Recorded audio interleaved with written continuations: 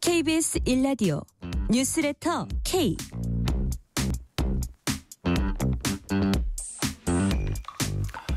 안녕하세요. 뉴스레터 K 진행하는 전종철입니다. 공수처가 윤석열 대통령 체포영장 집행을 경찰에 일임하겠다고 했다가 철회한 가운데 오동훈 공수처장이 영장 집행 무산과 관련해서 대국민 사과를 했습니다. 영장을 재청구한 공수처는 영장이 발부되면은 2차 체포영장 집행에 나설 것으로 보입니다. 주요 정치 현안들 정치 토크 코너에서 자세히 다뤄봅니다.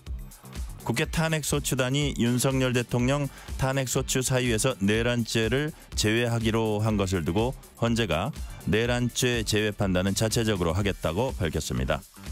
탄핵재판과 수사 관련 쟁점들 한상훈 연세대 법학전문대학원 교수와 함께 짚어봅니다. 청취율 조사 기간입니다. 02로 시작되는 전화가 오면은 뉴스레터 K라고 대답해 주시면 감사하겠습니다.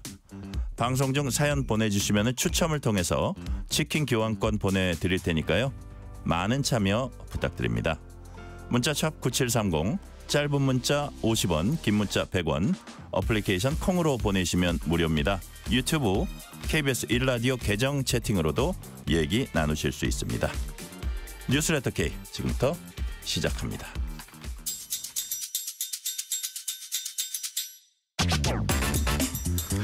뉴스레터 K 정치 토크 송영훈 전 국민의힘 대변인 신현영 전 민주당 의원 나오셨습니다. 어서 오세요. 안녕하세요. 네, 안녕하세요.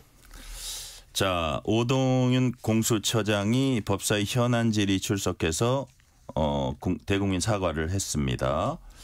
자, 뭐 2차 영장 집행 마지막이라는 각오로 철두철미하게 준비하겠다 이렇게 입장을 밝혔습니다. 자, 오늘 오 공수처장의 입장 발표. 일단 송영훈 대변인 어떻게 보셨어요? 이쯤 되면요. 2차 체포영장을 공수처가 철저하게 집행하겠다고 할 것이 아니고 사건 자체를 이첩을 해야죠. 검찰한테 도로 돌려보내든 아니면은 국민의힘에서 주장하듯이 경찰로 이첩을 하든 지금 공수처가 독자적으로 사건 처리할 능력이 사실상 없다는 게 확인이 됐거든요. 심지어 체포도 스스로는 할 수가 없어서 경찰에 일임하겠다고 했다가 그 일임의 법적인 근거가 대단히 불명확하다는 것이 확인이 되면서 스스로 거둬들이는 촌극이 있었습니다. 그러면은 이쯤 되면은 공수처는 이제 능력 부족을 자인해야 돼요. 수사권이 있다고 해서 다 수사를 하는 것이 올바른 건 아니거든요. 지금 수사권은 경찰도 있고 검찰도 있고 공수처도 있습니다. 그런데 역량이 안 되면요. 가장 잘 수사할 수 있는 곳으로 돌려보내고 손을 떼는 것이 맞다라는 말씀을 드리고 싶습니다. 자, 신현영 의원님, 공수처는 윤 대통령에 대한 체포영장 집행을 경찰에 위임하겠다고 했다가 경찰이 이제 사실상 거부 의사 밝히니까 또 그걸 거둬들였어요. 이런 과정들 지금까지 공수처가 체포영장 발부받은 다음에 집행에 나섰다가 무산되고 그 이후에 주말 아마 이틀을 뭐 많은 회의를 했다고 해요. 지나다가 협의도 없이 공문을 보내서 일임하겠다 했다가 이거 법적으로 좀 문제 있는데 했더니 걷어들이고 이런 과정 어떻게 보셨어요? 그러니까 공수처가 이렇게 무능할 줄은 우리 국민들도 몰랐다. 거기에 좀 브레인들이 있지 않습니까? 그래도 뭐 수사기관이기 때문에 뭐 검사들도 있고 수사관들 있고. 많고.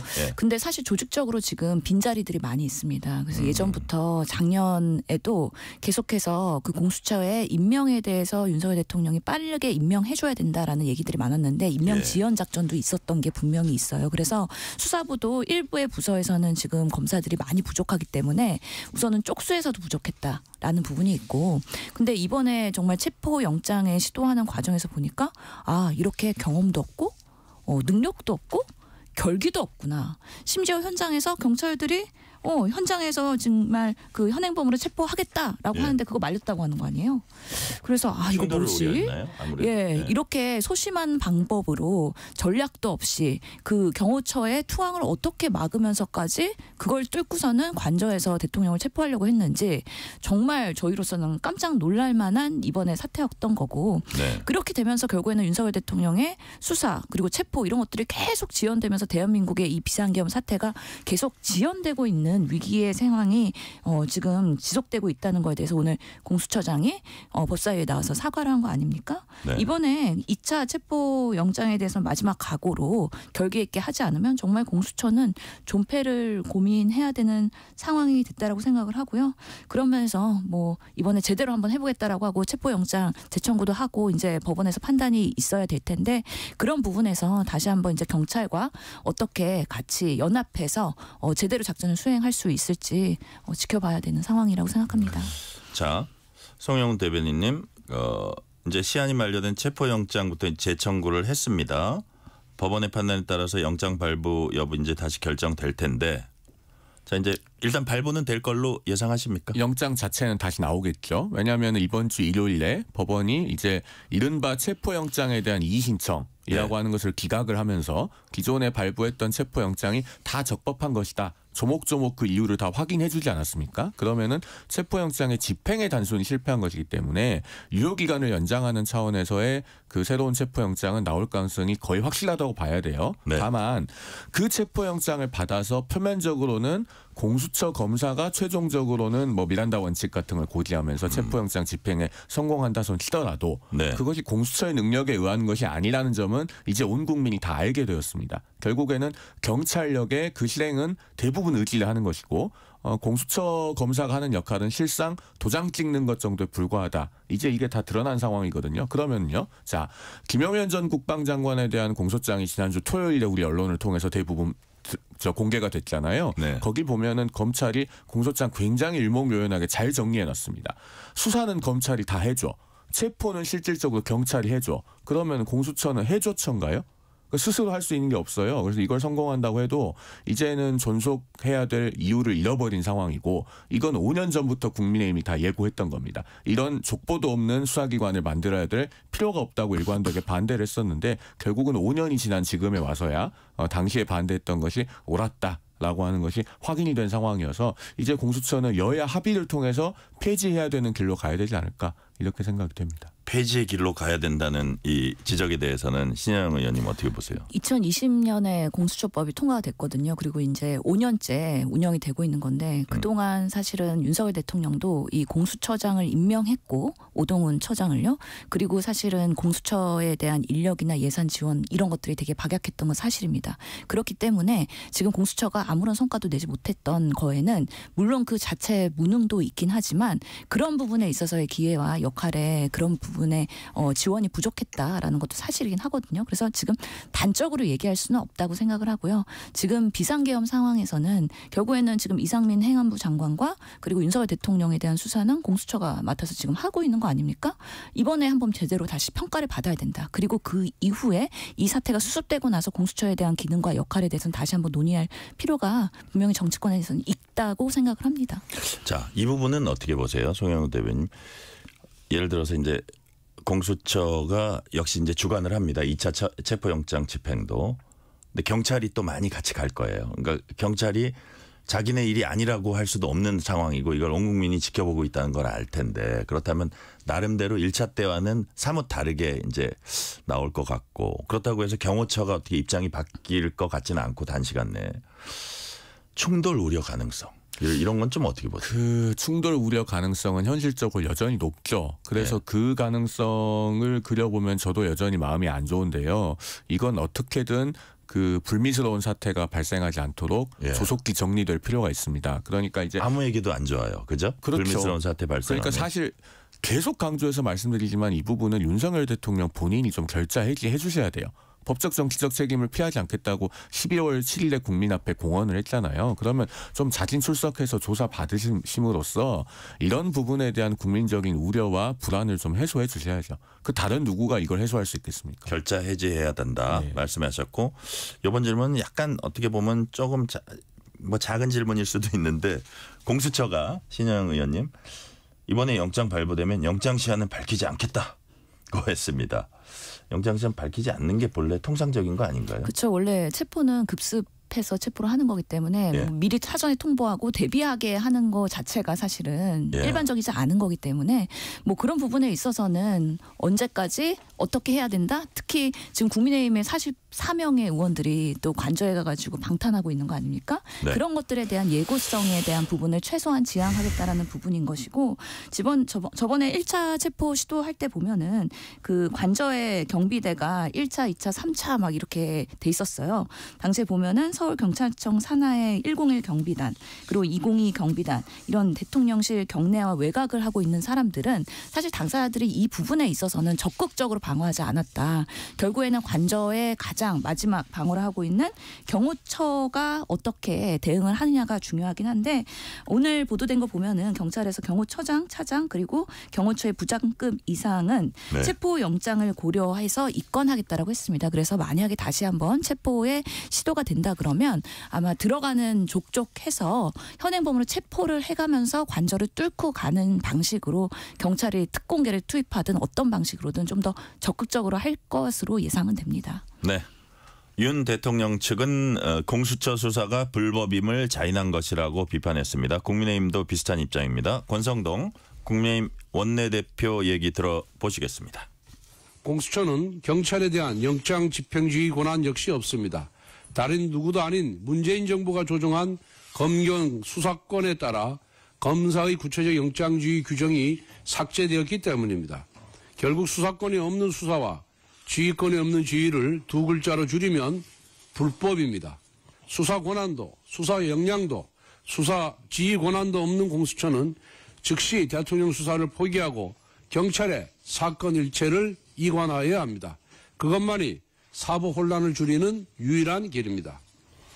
자, 송영 대변님 지금 권성동 원내대표 얘기를 들어보니까 일단은 공수처가 다시 이제 키를 잡고 체포영장 집행한다는 건데 이거는 불법이다. 이건 받아들일 수 없다는 그런 뜻으로 보이거든요.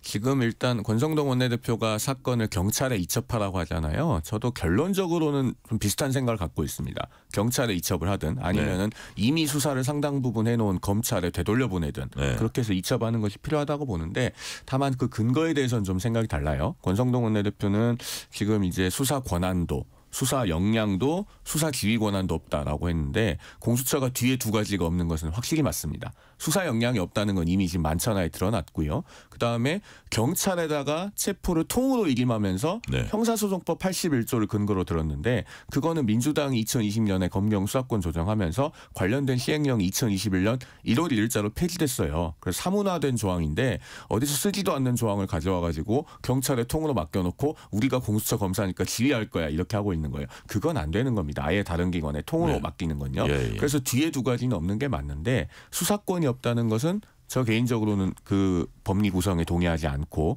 특히나 법원이 일요일에 그 이른바 체포영장에 대한 이의신청 기각하면서 조목조목 이유를 다 밝혔거든요. 그 자세하게 밝힌 내용들이 타당성이 있습니다. 그래서 수사권이 없다는 것은 동의하지 않지만 다만 수사권이 있다고 수사 역량이 없으면서 예를 들어서 공수처 수사권이 있는데 공수처가 내란 수사권도 있다? 직권남용 혐의를 인지해서 수사를 하면서 그것에 관련된 인지사건으로 그 동일한 고위공직자의 범죄 혐의에 대해서 수사를 하는 것이 가능합니다. 그게 지금 서울서부지법이 일요일에 기각결정문에서 밝힌 논리고 저도 사실은 지난주 그 금요일에 제 개인 페이스북에 관련된 내용들을 상세하게 좀 올렸었는데 그 법리적인 견해에 동의합니다. 네, 그렇게 보는데 다만 수사권이 있다고 수사 역량이 없으면서 사건을 쥐고 있는 게 온당한 일은 아니거든요. 앞서도 말씀드렸지만 이 사건은 경찰이 가장 확실하게 수사권이 있고 검찰은 김용현 전 국방장관의 구속영장을 발부받는 과정에서 수사권이 왜 있는지에 대해서 법원으로부터 명확하게 확인을 받았습니다. 그러면은 본인들이 못하면은 할 수 있는 기관에 넘겨야죠. 그게 자연스러운 겁니다. 자, 그럼 이제 지금 설명을 해주셨는데 하나 더 질문해 볼게요. 송영훈 대변인께. 자, 여당도 그렇고 경찰에 넘겨라. 공수처 너희는 뭐 지금 자격도 없다. 근데 만약에 경찰에 넘겨서 경찰이 체포영장 집행에 나서고 강제수사에 나설 경우에 윤 대통령 측이 이에 응할까요? 그러니까 그 부분에 대해서 이제는 윤 대통령 측에서요. 정말로 입장을 분명하게 해야 됩니다. 그러니까 공수처에 대해서는 그동안에 수사권이 없다는 이유로 체포영장 집행에도 불응하고 그 이전에 3차례 소환 통보에도 불응했잖아요. 그런데 더 거슬러 올라가 보면은 그 이전에 검찰에서 2차례 출석 요구했을 때도 불응했어요. 5번을 불응했거든요. 그러면은 경찰이 출석 요구하면 정말 나올 거냐? 이것에 대해서 사실은 의문부호가 붙어 있어요. 여기에 대해서는 그래도 일국의 대통령인데 사실은 명확한 입장 표명이 저는 있어야 된다고 봅니다. 자, 공수처에는 조금 신영 의원님 논란이 있었다고 치더라도 경찰은 내란죄 수사권을 갖고 있습니다. 그건 아주 명확한 팩트잖아요. 그러면 자, 우리는 내란죄 수사권을 갖고 있으니 우리의 강제 수사에 응하십시오. 라면 어떤 반응이 돌아올까요? 윤석열 대통령 측에서요. 우선은 지금 그래서 윤석열 대통령 측 뭐 국민의힘 의원들 내부에서 그런 얘기 나오더라고요. 출장 조사 얘기 또 나오더라고요. 제3의 조사 장소에서 조사를 받는 방식으로. 그런 부분에 대해서 어떻게 보세요? 네, 절대 안 된다. 황제 조사 받을 수 없다. 우리는 도이치모터스 주가 조작의 김건희 여사의 출장 조사를 보면서 검사들이 다 핸드폰 반납하고 마치 조사를 받는 게 아니라 조사를 접대하는 것처럼 그런 방식으로의 조사가 제대로 된 결과를 도출할 수 있겠느냐에 대해서는 우리 이 비상계엄 사태에서는 윤 대통령도 국민의 한 사람으로서 똑같은 방식으로 받아야 된다는 것 때문에 그런 방식은 응할 수가 없다고 생각을 하고요. 지금 공수처랑 경찰이랑 공조본을 이루고 있기 때문에 지금 체포영장에서의 한 번의 실패가 있지만 그렇다고 해서 경찰로 곧바로 또 옮긴다 하면 이 사안에 있어서 너무 복잡성이 더 가해지는 부분이 있어서 네. 결국에는 궁극적으로는 특검으로 가야 될 것이거든요. 그래서 특검의 필요성을 더 이야기하고 여야가 합의로 특검을 출범을 빠르게 하는 게 더 나은 방식으로의 지금 사태를 대하는 것이 아닌가라는 생각이 듭니다. 자, 권성동 원내대표 우리가 녹취 들었지만 거기서 보면 다른 누구도 아닌 문재인 정부가 조정한 검경 수사권에 따라 이게 무슨 얘기냐면 이른바 민주당이 자초한 일이다. 민주당이 검수한 바 공수처 신설 예고하고 있었다. 이런 난맥상이 그때부터 비롯돼 가지고 이런 난맥상이 생겼다. 는 취지 얘기인데 여기에 대해서는 우리 신혜람 의원님 어떻게 보세요? 그러니까 공수처가 출범하고 그때 뭐 검수완박 뭐 이런 주장이 있을 때 다시 복귀해 보면 네. 검찰이 수사권과 기소권을 남용하는 부분에 있어서 정치 검찰의 그런 상당히 무도한 점들이 드러나면서 이것을 통제하기 위한 공수처의 필요성 그러면서 검찰과 경찰의 수평적인 관계 때문에 권한의 그런 이양 이런 것들이 있었는데 그때 그렇게 법안을 통과시키고 나서 그 이후에 후속 조치가 조금 미비하지 않았나라는 아쉬움은 분명히 있습니다. 그렇기 때문에 지금의 상황에서도 법적 위비로 인해서 지금 공수처가 약간은 잘못된 판단을 하면서 이번에 이렇게 또 무능을 드러내긴 했는데 이런 부분들이 한번 정리는 돼야 될 것 같다는 생각이 듭니다. 그래서 경찰과 검찰의 관계에 있어서도 그래서 수사는 어디가 하고 기소를 어떻게 할 것이냐 그 권한을 어디까지 그러면 인정해 줄 것이냐가 아직까지도 또 이렇게 기관 사이에서의 알력으로 계속 텐션이 있기 때문에 네. 이런 것들에 대해서 사실은 정리하고 제도적 보완을 하는 게 국회의 역할이라고 생각을 하는데 지금은 너무 지금 싸움판이 되고 양극화돼가지고 이런 건설적인 논의를 할 수 있는 상황이 아니고 그 상황에서 또 비상계엄까지 나타나니까 정말 저는 아노미 상태라고 보거든요. 이런 것들을 빠르게 좀 정리가 될 수 있는 정치의 국회의 모습을 보여야 되지 않을까. 과연 올까 하는 생각을 하면서 저도 이렇게 좀 같이 고민을 하고 있습니다. 자, 송영훈 대변인께 자, 지금의 이른바 이제 수사 난맥상이 좀 보이잖아요. 그런 부분은 이른바 검수완박에서 비롯된 것이라는 주장을 여당 쪽에서 하는데 그런 부분은 어떻게 보시는지. 그리고 또 하나 말씀하신 김에 지금 신혜영 의원님이 말씀하신 지금 정말 무정부 상태 같다.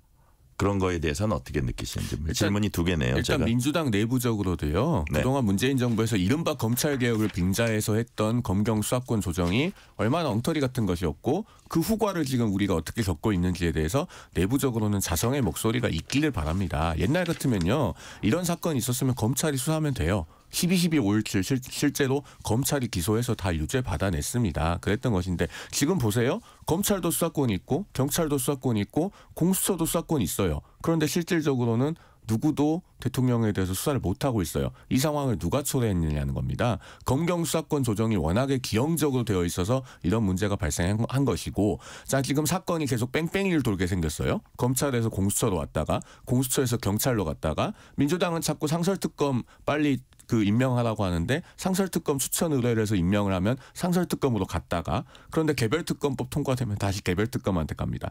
이게 무슨 일입니까? 그런데요. 일반인들의 형사사건에서는 이런 일이 그동안에 최근 4, 5년간 계속 일어났어요. 네. 사건이 검찰에서 옛날 같으면 수사 개시했을 것을 경찰에서 시작했다가 검찰에 송치하면은 수사가 부족하게 되어 있어서 보안 수사 보내고 네. 다시 올려보내면 또 미비하게 되어 있어서 다시 보내고 이렇게 해서 사건이 무슨 버뮤다 삼각지대에 빠진 것처럼 어디 가서 헤어나질 못합니다. 근데 이게 이제 고소나 고발을 안 해보거나 본인이 피의자가 되어보지 않은 일반인들은 잘 몰라요. 변호사들은 잘 알고 있죠. 가장 극명하게 드러난 게 사실 이번 케이스입니다. 그러니까 이참에 우리가 어쨌든 12월 3일 비상계엄 선포에 관한 사건은 어느 시점에 가면 그래도 정리가 될 거예요. 일반 국민의 삶은 계속되어야 되잖아요. 이 잘못되었던 검경 수사권 조정은 빨리 원상회복을 해야 된다라는 말씀을 드립니다. 자, 그렇다면 체포영장 집행 그리고 윤석열 대통령 수사와 관련한 민주당 입장은 뭔지 박찬대 원내대표의 발언 들어보시겠습니다. 공수처는 체포영장이 재발부되면 경찰과 함께 만반의 준비를 하고 내란 속의 윤석열을 반드시 체포하십시오. 법 집행을 방해하는 자는 그가 누구든 즉각 현행범으로 체포하십시오. 무너진 공권력의 권위를 바로 세우지 않는다면 범죄자들이 날뛰는 무법천지가 지속될 것이고 그 책임의 큰 부분을 공수처가 감당해야 할 것입니다. 자, 신영 의원님. 네. 이렇게 민주당은 이제 공수처가 윤 대통령 당장 체포해야 한다 이렇게 압박을 했고요. 자, 박은정 조국혁신당 의원은 이런 얘기도 했습니다. 공수처장이 자신의 직을 걸고 직접 현장에 나가서 영장 집행을 주관해야 한다. 지휘해야 한다. 뭐 이런 취지로 얘기를 했거든요. 뭐 서울중앙지검장이 현장에 나가는 건 못 보셨을 텐데 그만큼 상황이 엄중하다 이런 뜻일까요? 무슨 뜻일까요? 그렇죠. 민주당은 당연히 해야 될 말을 한 거고요. 영장이 나왔으면 체포영장 나왔으면 당연히 빠르게 집행을 해야 되는데 지금 못 하고 있는 거에 대한 수사기관에 대한 원망과 요구인 것이고 박은정 의원 경우에는 그만큼 공수처가 결기가 너무 없는 거 아니냐. 정말 마지막을 생각하고 현장에 모든 사람 다 나가서라도 정말 끝까지 수행을 하고 돌아올 각오로 해라라는 그런 강력한 주문이라고 생각을 합니다. 그만큼 이번에 2차 체포영장 시도를 할 때는 그 경찰 그리고 공수처 총력을 다 해야 되는 부분이고 정말 공수처는 이번에 마지막 그 본인의 조직의 명운을 걸고서는 사활을 다 해야 된다. 그렇지 않으면 정말 이 정치권에서의 그 원망과 원성과 비난을 극복하기는 어려울 거라고 생각이 듭니다. 네. 저 검사 출신이기도 하죠. 박은정 의원 이렇게 뭐 강하게 주문을 했고 자, 이건 뭐 전망한다는 게 좀 그렇긴 한데 2차 체포영장 집행에 공수처나 경찰이나 아주 세게 나올 거예요. 그럼 아까 제가 충돌 우려도 잠시 말씀을 드렸지만 또 경호처가 막으면 체포를 검토하겠다 이런 얘기도 했단 말이에요. 그래서 아마 내부적으로는 경호처장이나 차장 이런 핵심 경호처의 수뇌부들을 어떻게 만약에 그렇게 한다면 조금 효과가 있지 않을까 뭐 여러 가지 생각을 하고 있나 봐요. 그래서 해법은 역시 결자해지다? 그렇죠. 예. 1차적으로는 결자해지고 예. 그런데 만약에 윤석열 대통령이 정말 요지부동이다. 그러면 네. 이건 이제 개인적인 의견을 전제로 말씀드리는 건데요. 최상목 권한대행 이거 좀 풀어줄 필요도 있다고 봐요. 그런데 최상목 권한대행도 지금 개인의 어떤 생각이 있다고 하더라도 쉽사리 움직일 수 없는 상황이에요. 왜냐하면 공수처법이라는 것도 있잖아요. 공수처법 3조 3항 얘기도 나오는데 다른 한편으로는 예. 정부조직법상 대통령 경호처는 정부조직법에 규정된 중앙행정기관입니다. 그리고 그 중앙행정기관의 장에 대해서는 정부조직법에 근거해서 대통령이 지휘감독을 할 수 있어요. 네. 그러면은 대통령 권한대행이니까 할 수는 있거든요. 그런데 최상목 권한대행은 왜 본인이 어떤 생각이 있더라도 쉽사리 움직일 수 없는 처지냐면 네. 국정 전체의 안정을 생각해야 돼요. 이제 최상목 권한대행마저 흔들리거나 영이 서지 않는 상황이 되면은 정말 대한민국이 어디로 갈지 모릅니다. 그러면은 두 발을 땅 위에 딛고 일을 해야 되는데 만약에 지금 여당이 또 강력하게 반발하고 있는 상황에서 본인이 설령 법리적으로는 구성을 해서 대통령 경호처장에게 어떤 명령을 내릴 수 있다고 하더라도 정무적 판단을 해야 된다? 그렇죠. 그 뒤에 만약에 또 여당과의 관계가 불편해지면 정말로 그러면 이제 어디 기댈 데가 없게 됩니다. 그런 부분에 대해서 국정의 최종적인 수호자인 위치에 있는 상황에서 네. 나름의 고민이 있을 겁니다. 그러면 이런 부분들을 우리 정치가 다 같이 머리를 맞대서 풀어줘야 됩니다. 겁니다. 그렇게 해서 최상목 권한대행에게도 어떤 운신의 폭을 주면서 그러면 문제 해결을 도와달라라고 해야지 공수처가 됐든 공문만 보낸다든가 야당 지금 오늘 직무유기죄로 고발했잖아요. 그런 방식으로 해가지고 문제를 풀 수가 없어요. 이것은 제가 봤을 때는 공수처나 야당도 문제 해결에는 관심이 없고 어떤 자기 기관의 면피용 또는 어떤 자신들의 강성 지지층을 만족시키는 데에만 관심이 있지 않은가 이런 생각이 들 정도로 저도 좀 답답합니다. 자, 지금 성영훈 대변인은 최상목 대행한테도 좀 운신의 폭을 줘야 된다 그런 취지로 말씀을 하셨는데, 자, 민주당 이재명 대표가 최상목 대행의 질서 파괴 내란 행위에 대해 책임을 물어야 하지 않을까 이런 얘기를 했습니다. 그렇게 압박한 데 이어서 민주당이 오늘 최 대행을 직무유기, 특수 공무집행 방해에 대한 방조 혐의로 고발했습니다. 자, 최상목 대행이 신혜영 의원님 지금 어떤 운신할 여지가 있습니까? 이 문제에 있어서 어떻게 보세요? 지금 최상목 대행 같은 경우에는 사실 여야의 눈치를 보지 말고 본인이 필요하다고 하는 역할을 직무대행으로서 제대로 해야 된다고 저는 생각을 하거든요. 그런데 여전히 여당의 눈치를 너무 많이 보고 있다. 단적인 예가 헌재위원 임명할 때 3명 중에서 2명만 한 거. 그거는 아무런 법적 근거 없이 본인이 그렇게 정무적으로 판단해서 한 것이거든요. 네. 여당의 압박에 대해서 본인들이 자유로울 수 없다고 생각하기 때문에 아무래도 눈치를 보고 있는 정부적 판단인데 그 판단조차가 대한민국에 지금 심각한 위기에 있어서 도움이 안 되고 오히려 더 악화시키는 방향으로 직무대행을 하고 있는 거 아니냐에 대한 부분이고요. 네. 특히 민주당에서 문제를 삼고 있는 여러 가지 의식들이 있는데 그 개업날에도 국무회의가 열렸고 그때 대통령한테 쪽지를 받았다고 했잖아요. 네. 그 쪽지에 보면은 재정자금 유동성 확보에 대한 부분을 조치를 했고 그 이후에 사실 뭐 금융위원장이나 한국은행 총재 만나서 뭐 F4 회의를 했다고 하는데 어떻게 하면은 국회에 그런 예산을 최소화하고 비상입법회의에서의 그런 재정 확정을 할 건지 이런 것들을 1급 기재위 간부들이랑 회의를 했다는 등 이런 계엄에 있어서의 동조한 하나의 또 내란범의 또 수사 대상 아니냐라는 부분이 있고요. 특히 체포 명령이 있고 체포를 시도하는 데 있어서 경호처에 좀 더 적극적으로 했으면 좋았을 텐데 그런 지휘 명령을 내리지 않았던 부분 그리고 지금 내란죄에 관련된 상설 특검을 곧바로 추천을 해야 되는데도 아무런 역할을 하고 있지 않는 것 등 네. 지금 보면은 대통령으로서의 직무대행으로서 빠르게 처리해야 되는 것들 아무것도 하고 있지 않다. 그러면서 대통령열이 하고 있는 거 아니냐라는 비판을 받을 수밖에 없기 때문에 사실 탄핵까지 가는 거는 저는 뭐 동의하지 않는데요. 약간의 경고성으로의 고발 민주당 분위기는 어떻습니까? 신혜영 의원님은 이제 동의하지 않는데 지금 상황에서 최상목 대행까지 탄핵을 하면 이거는 여러 가지 역풍도 불고 국가에도 좋지 않다 이런 취지 같아요. 근데 민주당 분위기는 어때요? 부부를 끓고 있죠. 그래요? 그래서 탄핵까지도 얘기하는 사람들이 있죠. 하지만 만약에 탄핵한다고 봅시다. 그러면 그다음에 직무대행은 이주호 장관이라고. 대안 없는 사실은 탄핵도 사실은 민주당한테는 큰 부담이 될 수가 있다는 부분에 있어서 지금 탄핵 남발하는 민주당에 대한 또 그런 비판과 프레임과 역풍이 있어서 저는 탄핵에 대해서는 매우 신중히 할 수밖에 없다라고 생각을 합니다. 그래서 내부에서의 그런 원성은 또 우리가 내부에서 잘 조율을 해서 지금 상황을 어떻게 안정적으로 극복하는 제1당의 모습을 보일 것이냐. 그게 국민들한테 더 중요하다. 그렇지 않으면 정말 여론조사 요즘에 이상한 여론조사가 많은 것 같긴 하지만 그럴 때 예상치 않은 결과들이 많이 나오고 있거든요. 그런 것들을 민주당이 그래도 심각하게 국민을 보면서 지금 상황을 따박따박 가야 되지 않는가라는 생각을 합니다. 네.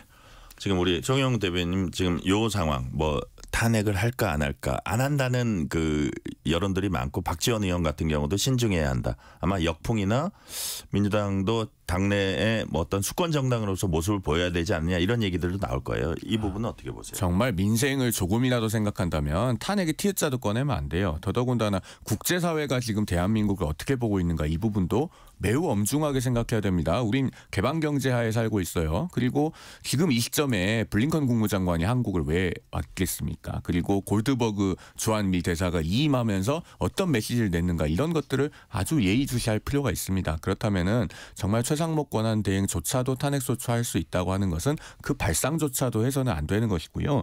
다시 한번 말씀드립니다만 이거 직무유기죄로 고발한다고 문제가 해결이 안 됩니다. 왜냐하면 직무유기죄 성립이 안 되거든요. 우리 네. 대법원 판례가요. 그 뭐 공무원에 대해서 어떤 추상적인 성실 의무 같은 걸 위반했다고 직무유기죄가 성립된다고 보고 있지 않아요. 정말 구체적인 법령상의 자기 의무, 그러니까 무언가를 해야 된다는 법률상의 구체적인 의무가 있고 그 의무를 인식한 가운데서 내가 그걸 저버리겠다는 인식을 갖고 해야지만 직무유기가 되는 겁니다. 네. 그런데 지금 최상목 권한대행이 대통령 경호처장에게 일정한 지시를 할 수 있는지에 관해서는 상당한 수준의 법리 검토가 필요해요. 그래야지만 그 의무가 있는지 여부를 인식할 수 있거든요. 그리고 최상목 권한대행은 현재 그런 상태가 아닙니다. 그런 점에서 이 직무유기죄는 되지가 않는데 이런 방식으로 고발을 해서 겁박을 한다고 문제가 풀리진 않는다. 오히려 중도층과 일반 국민들의 마음이 민주당으로부터 더 떠나는 것만 빨라질 뿐이다. 이런 말씀을 드립니다. 이 시간 교통 상황 알아봅니다. 라디오 교통정보센터 김민혜 리포터 나와주세요. 네, 시각 교통정보입니다. 퇴근 시간대가 다가오면서 도로 곳곳으로 이동량 빠르게 늘고 있습니다. 우선 경부고속도로 서울 쪽 안성 분기점에서 남사까지 7km 더디게 지나고 있고요. 이후 양재에서 반포까지는 6km 정체, 서해안고속도로 서울 방향은 화성 휴게소 부근으로 주춤하고 매송 휴게소에서 용담 터널까지는 4km 어렵습니다. 이후 일찍 분기점에서 금천까지도 막힙니다. 순천 완주고속도로 순천 방향은 용암 1터널 부근 2차로에서 고장난 차를 처리하고 있고요. 평택 시흥고속도로 시흥 쪽은 송산 마도에서 남한산 분기점까지 9km 정체입니다. KBS 교통정보센터였습니다. 퇴근길, 당신과 함께 읽는 세상 이야기. KBS 1라디오 뉴스레터 K.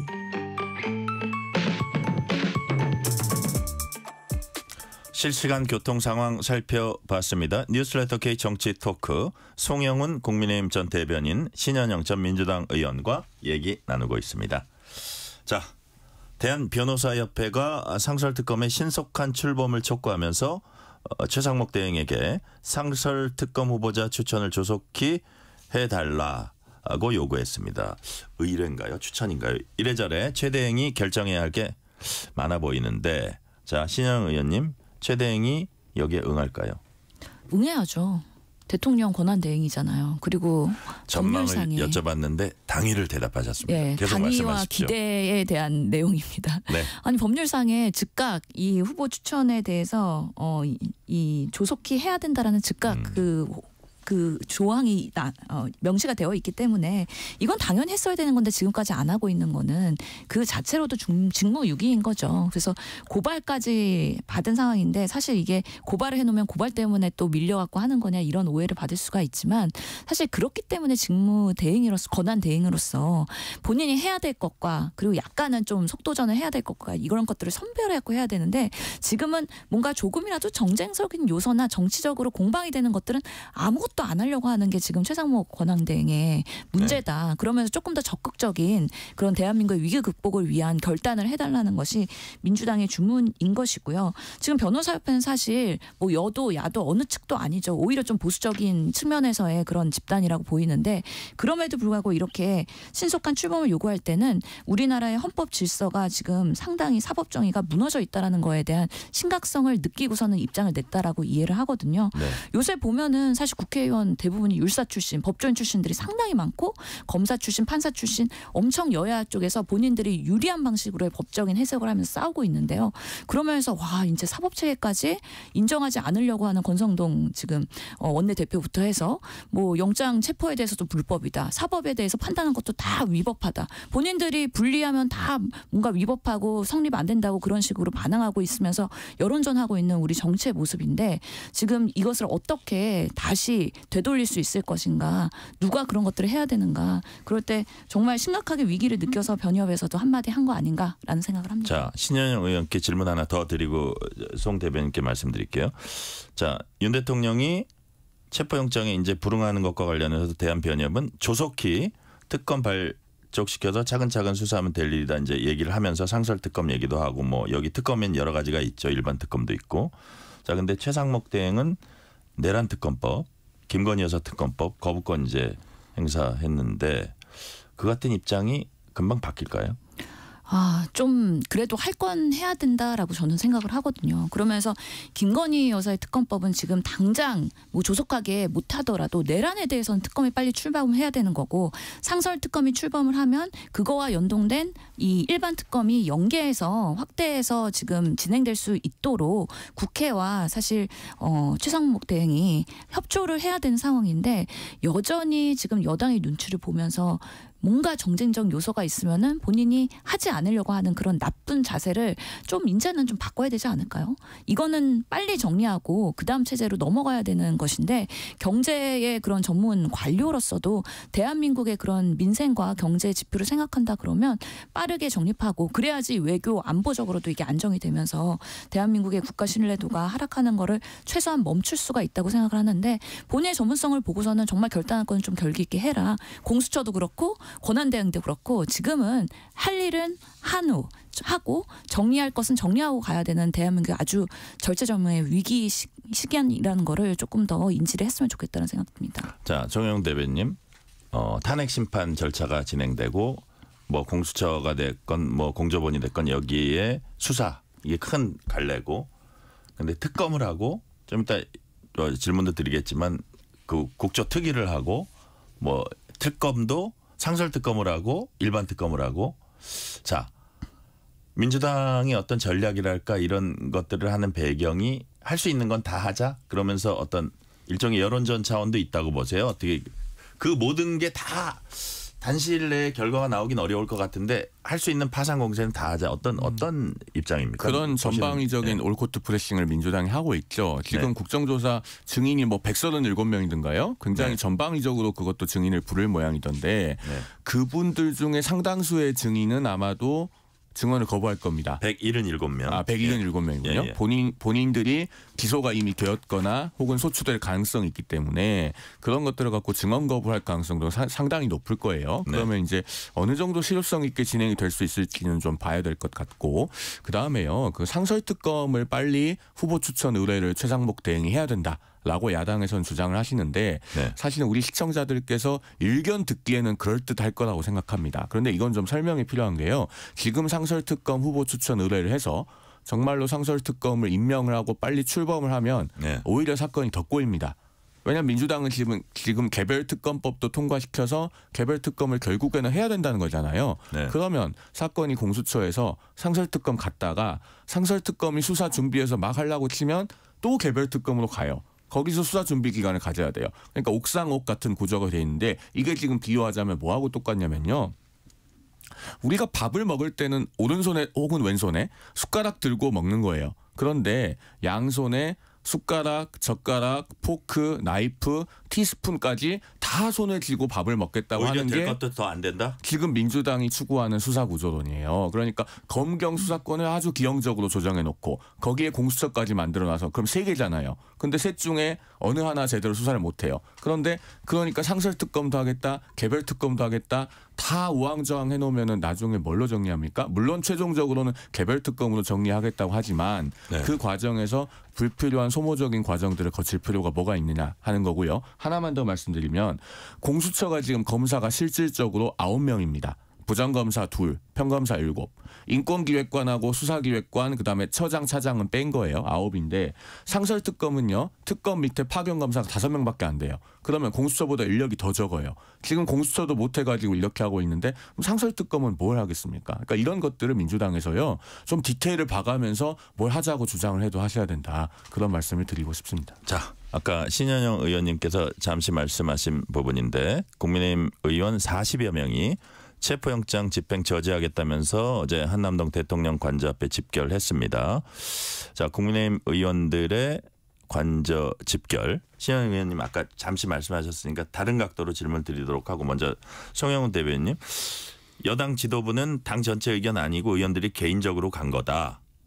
뭐 이렇게 얘기는 선은 그었는데 이거를 본인은 이 상황을 어떻게 보시는지, 그리고 이거를 둘러싼 여당 내 분위기는 지금 어떻습니까? 일단 여당 내 분위기는 뭐 지금 방송 화면을 통해서 보시는 그대로라고 할 수 있죠.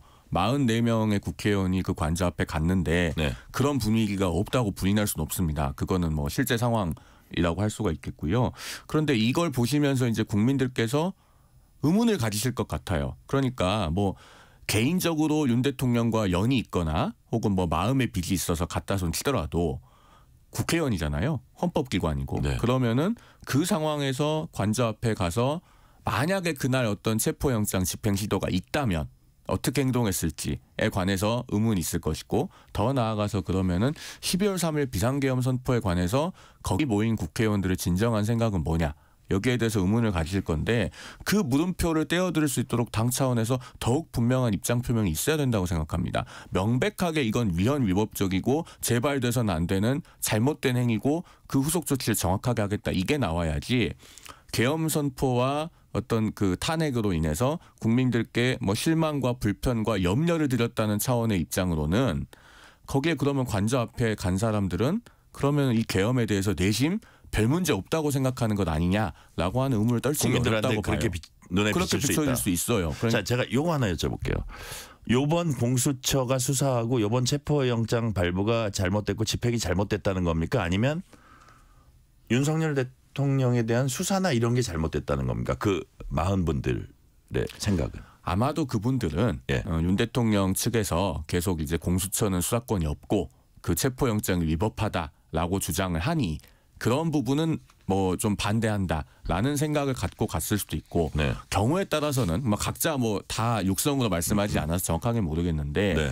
그 체포영장의 집행 여부와는 변론으로 대통령과의 개인적인 인연 때문에 거기 찾아가신 분들도 저는 있을 거라고 생각해요. 그래서 국민의힘 전체가 계엄에 대해서 정당화하거나 옹호하려는 시각을 갖고 있다고 누군가가 주장한다면 저는 그건 오해라고 말씀드리고 싶습니다. 그러나 국민들께서 그런 의문을 갖게끔 보여지는 그림이 연출되긴 했어요. 그러면 그것에 대해서는 분명하게 선을 긋는 단호한 입장 표명이 저는 당 차원에서 있어야 된다고 생각합니다. 자, 공당이라면, 특히 이제 주요 정당이라면 진위가 어쨌든 국민의 눈에 어떻게 비춰지는지도 사실 중요한 건데, 자, 신현영 의원님, 민주당은 그 관저 앞에 모인 여당 의원들에 대해서 특수 공무집행 방해죄, 내란 옹호죄 등으로 고발 검토하고 있습니다. 실제로 고발할 것 같아요. 글쎄요, 뭐 요즘에 정말 여야가 서로 상대 고소고발전이 또 다시 재발한 것 같아가지고, 이런 방식으로 계속 여야가 비상계엄 상황에서 이 수습하는 과정에서의 정치가 또 한 번 실종되고 여전히 양 극단에서의 싸움만 남았구나에 대한 안타까운 모습을 느낄 수밖에 없다는 생각이 드는데요. 실제로 저는 국민의힘의 그 40명이 넘는 의원들이 관저 앞에서 윤석열 대통령을 호위하고 방탄하는 그런 모습을 보면서 대한민국의 국회의원이라는 것이 무엇인가. 이제는 직업 정치인들만 남아서 본인의 정치적인 연명을 하기 위해서 극단의 정치, 보수, 강경 지지자들을 위해서 본인이 거기에 나갈 수밖에 없는 그런 상황들이 초래된 지금의 모습이 너무 안타깝다고 생각을 합니다. 보면은 결국에는 뭐 윤석열 대통령도 보수 유튜브 엄청 열심히 보면서 거기에 호응하고 있는 상황인데, 유튜브 보수파에서 보면은 이런 얘기를 한다고 해요. 추운 날씨에도 애국 시민들이 대통령을 지키고 있는데 여당 의원들 뭐 하고 있냐 라면서 원색적인 비난을 하고, 그것을 본 지지자들이 국민의힘 의원들한테 문자 폭탄을 던집니다. 그러면 그 수많은 문자 폭탄을 보면서 이것이 우리 국민의힘의 지지자들의 민심인가? 나도 가서 관저를 지키면서 사진 한 장이라도 찍혀야 되는가? 그래야 다음 23대의 국회의원 선거에서 나 뭐라도 할 수 있지 않는가? 이런 생각을 하는 주로 영남, 그리고 정말 국민의힘의 그런 보수들을 보면서 바라보는 정치를 하는 정치인들이 그 자리에 있는 것이고, 특히 비대위 위원인 이미자 의원까지 거기 현장에 있는 것이잖아요. 그렇기 때문에 이게 당 차원에서 몰랐다, 우리 성글 수가 없다라고 저는 생각을 하고요. 정말 이런 정치를 계속 하는 거에 대해서 우리 국민들이 어떻게 평가할까. 오늘에도 사설을 보면은요, 많은 뭐 보수와 그런 진보의 채널에서 여당 강경 지지층만 보면 미래 어둡다, 이런 주제로 상당히 걱정과 우려의 보수 정치를 바라보는 그런 언론들이 메시지를 내고 있다라는 생각이 들어서, 저는 굳이 민주당이 뭐 이거 특수 공무집행 방해죄를 하든 내란 옹호죄를 고발하는 건 큰 의미는 없다고 생각하고요. 국민들이 선거로서 이런 정치인들, 이런 정당에 대해서 어떻게 평가할 건지에서 아주 냉혹한 그런 판단을 하셔야 된다고 생각을 하고요. 정말 지난주에도 얘기했는데 이러다가 국민의힘 정말 위원정당으로 사라지는 거 아닌가. 왜 그러시냐. 지금이라도 국민을 위한 정치를 해라. 보수 유튜버 정치를 하지 말아라 라고 간곡히 요청드리고 싶은 마음입니다. 자, 국회 탄핵소추단이 소추사유에서 내란죄를 삭제하겠다고 밝힌 문제를 두고 이제 공방이 이어지고 있습니다.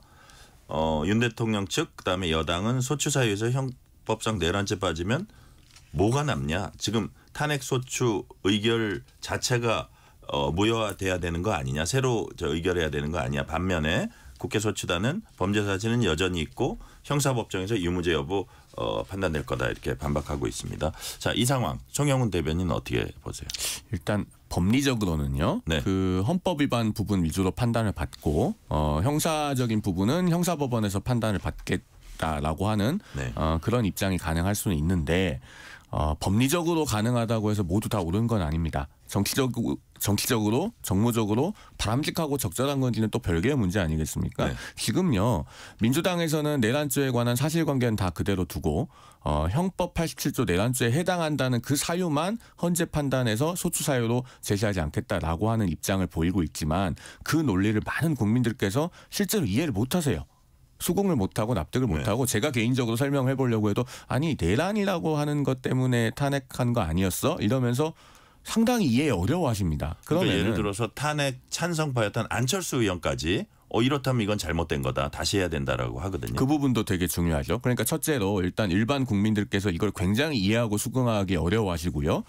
정치는 국민들께 어떻게 보이는지가 중요한 것 아니겠습니까? 또 한 가지로 이 탄핵소추의 결과가 어떻게 나오든 간에 최대한 다수의 국민들이 그것에 수긍하고 승복하고 납득하는 것이 대단히 중요한데 네. 이 탄핵소추는 국민의힘 내에서도 탄핵 찬성파라고 하는 국회의원들이 있었기 때문에 가능했던 겁니다. 그런데 그분들조차도 뭐 안철수 의원이나 김상욱 의원이나 김재섭 의원이나 다 문제가 있다는 식으로 주장을 하고 있잖아요. 그러면은 그만큼 그라운드가 약화되는 거예요. 네. 이게 과연 국가의 장래를 봤을 때 탄핵 심판 결과가 나온 뒤에 국민 통합을 생각했을 때 바람직한 길인가? 이것에 대해서 정말 민주당이 책임 있는 국회 다수당으로서 깊은 고민이 필요하다. 정말 이건 재고가 필요하다라는 말씀을 드리고 싶습니다. 자, 신현영 의원님 여기서 또 뭐 여러 가지 민주당이 뭐 이래서 문제없다 하지만 역시 이재명 대표 사법 리스크 해소와 조기 대선으로 인한 대통령 당선을 위한 거 아니냐는 의심을 거두지 않고 있어요. 여권에서. 이 부분은 어떻게 보세요? 뭐 항상 국민의힘과 그런 여당에서는 항상 결론은? 이재명 기승전결 이재명 대통령 만들기 아니냐라고 얘기하니까 그 부분에서 제가 할 말은 별로 없습니다. 네. 근데 저희 국민의 입장에서 정말 저는 뭐 민주당 정 의원이 입장이 아니라 국민의 입장에서 지금의 비상계엄에 이런 윤석열 권한이 지금 직무 정지가 된 것인데 아직 대통령이지 않습니까? 이 부분 빠르게 해결하고 그다음을 대한민국이 2025년 새로운 미래를 향해서 뛰어가야 되는 상황인데 정치권에서 너무 꼬투리 잡으면서 지원작전, 물귀신 작전 이런 것들이 너무 횡행하고 있다는 거에서 안타까움이 있고요. 지금 헌재에서도 그러니까 내란죄는 아니지만 내란 행위라는 거는 남겨놓고서는 심판을 하는 거 아니겠습니까? 그래서 비상계엄을 선포했던 그 행위의 적절성 그리고 포고령에 대한 부분 그리고 그 당시에 국무위원 회의가 제대로 이루어졌는지 그리고 국회 즉시 통보는 했는지 그런 헌법적인 부분에 있어서의 비상계엄의 과정에서의 문제가 없는지에 대한 검토를 하겠다는 것이고 또 결국에는 선관위에 대한 부분, 국회에 쳐들어간 부분 이런 부분에서의 그런 탄핵의 소추 여부 그래서 인용을 할 것이냐 말 것이냐 이런 것들을 결국에는 헌재에서 판단을 하는 거기 때문에 네. 여당이든 야당이든 너무 이런 부분에 있어서 왈가왈가하는 것이 과연 현명한지 결국에는 헌법재판소에서 현명하게 객관적으로 중립적으로 그리고 독립적으로 잘 판단해서 정말 탄핵이 필요한가에 대해서 빠르게 정리하지 않을까라는 생각이 들고요. 네. 그러면서의 그런 국민의힘에서의 내란죄 가지고 이렇게 막 이렇게 또 얘기하는 거는 또 하나의 정말 생각해 보면은 윤석열 대통령이 이제 헌재에 나와서 본인의 변론을 하면서 증인들 엄청나게 또 요청을 하고 그런 방식으로 해서 나는 내란죄가 성립이 되지 않는다라고 형법에 준해서 반박하는 그런 지원 작전을 최소화하기 위한 또 대비이기 때문에 그러면서 저는 국민들이 충분히 이해하실 수 있을 거라고 생각을 합니다.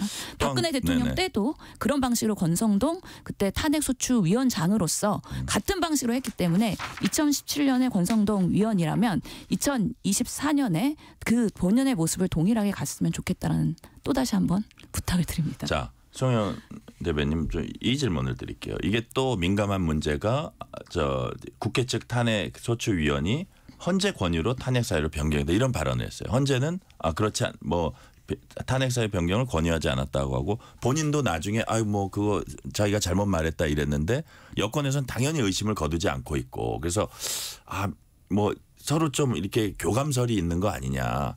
빨리 진행해야 된다는 거는 뭐 국정 불안을 해소하기 위해서 좋은데 그래도 어떤 그 탄핵 대상의 그 반론권도 충분히 보장되고 꼼꼼히 심리가 진행돼야 되지 않나 이런 반론도 나오고 있어요. 시간은 얼마 안 남았습니다. 1분 이내입니다. 질문하신 부분이 굉장히 중요한 포인트라고 저도 생각을 하고요. 그래서 그 김진환 변호사가 발언을 했던 그 재판부에서 권유하신 부분이라고 하는 그 대목이 굉장히 논란을 빚고 있지 않습니까? 이런 상황일수록 절차가 인위적으로 누구를 위해서도 지연이 돼서도 안 되고 인위적으로 누구를 위해서 빨라져서도 안 된다. 이게 아마 평균적인 국민들의 시각일 거라고 저는 생각합니다. 그러니까 윤석열 대통령이 처음에 송달을 안 받고 지연하는 듯한 모습을 보였던 것도 매우 잘못된 거예요. 그런데 국민들께서는 지금 두 사건을 동시에 보고 계십니다. 탄핵 심판 사건도 보고 계십니다만은 이재명 대표의 선거법 위반 사건도 보고 계시기 때문에 그 선거법 위반 사건이 그동안에 많이 1심에서도 지연이 되어 왔는데 이재명 대표 한 사람을 위해서 인위적으로 탄핵 심판 절차를 앞당기려고 하는 것이 아니냐 그런 의구심을 갖고 계세요. 그러면은 민주당도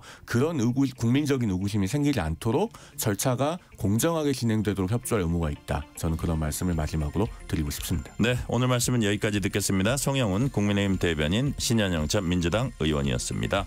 4922님이 매일 오후 5시 5분 KBS 1라디오 뉴스레터 K 들어보면 양적 균형 잘 잡기 위해 노력하는 게 느껴집니다. 감사합니다. 뉴스레터 K 1부 마치고 2부가 이어집니다.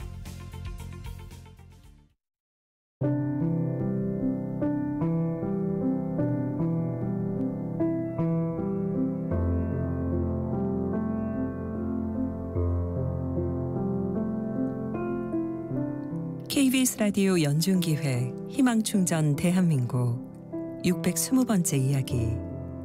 안녕하세요. 아나운서 김지윤입니다. 지적장애가 있는 15살 용진이는 마음속에 큰 상처가 있습니다. 4년 전 가족들을 뒤로한 채 세상을 포기해버린 엄마. 그리고 재작년 아빠마저 극단적인 선택을 하며 용진이 곁을 떠나고 말았습니다. 그 충격으로 용진이는 예전보다 더 불안하고 공격적인 모습을 보이고 있는데요. 하루빨리 심리치료가 필요하지만 할아버지와 할머니 역시 지병과 생활고로 용진이 보호에 어려움을 겪고 있습니다. 추운 겨울, 몸과 마음 모두 힘겨운 시간을 보내고 있는 용진이네 가족. 한 걸음 한 걸음 아픈 시간을 이겨내고 마음의 상처를 치유할 수 있도록 여러분이 두 손을 꼭 잡아주세요.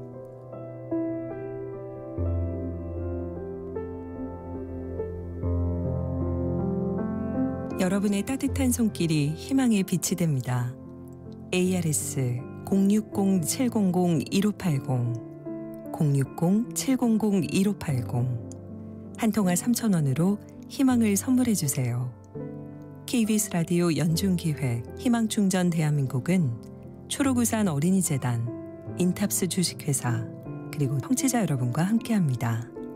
ARS 060-700-1580 한 통화 3,000원입니다.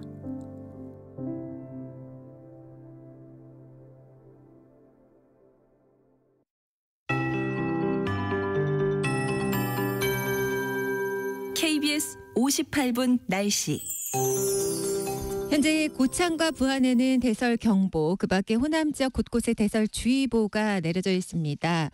오늘부터 모레 사이 충남과 호남을 중심으로 강하고도 많은 눈이 쏟아지겠습니다. 시간당 3에서 5mm의 매우 강하고 무거운 눈이 되겠습니다. 대설특보도 점점 확대되겠습니다. 눈으로 인한 피해 없도록 주의해 주시고요. 빙판과 도로 살얼음이 나타난 곳 많겠습니다. 감소운행 하셔야겠습니다. 오늘 밤 전국에 가끔 구름이 많이 끼겠고요. 서울, 인천, 경기에도 비나 눈이 조금 내리는 곳이 있겠습니다. 서울 같은 경우 1cm 미만 예상하고 있습니다. 내일은 가끔 구름이 많이 낀 가운데 충청, 호남, 제주는 흐리겠습니다. 충청 이남으로 역시 비나 눈이 이어질 텐데요. 충남 지역은 모레까지 5에서 20cm, 전남과 울릉도, 독도, 제주 산지에도 최대 20cm의 폭설이 예보돼 있고요. 전북 지역으로도 10에서 30cm 10cm 안팎의 눈이 내리겠습니다. 또 서울과 경기, 경북 내륙으로 1cm 정도의 눈 예보돼 있습니다. 내일 아침 기온 서울 영하 5도, 모레는 영하 11도로 떨어지겠습니다. 내일 낮 기온 서울 영하 1도 등 영하 3도에서 영상 9도 분포가 되겠습니다. 이렇게 찬 공기가 남하하면서 기온이 크게 떨어지고 바람까지 강해 체감은 더 낮겠습니다. 지금 서울의 기온 영하 2도입니다. 강혜종입니다.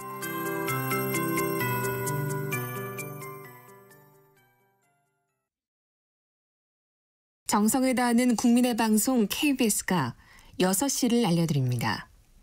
AM 711kHz, FM 97.3MHz, KBS 1라디오입니다. HLKA.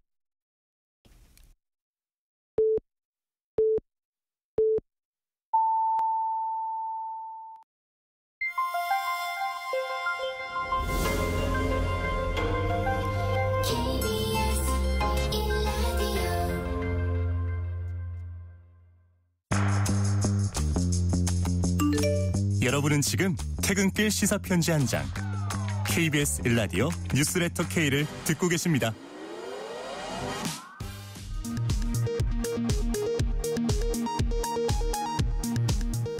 이 시각 라디오 정보센터 뉴스입니다.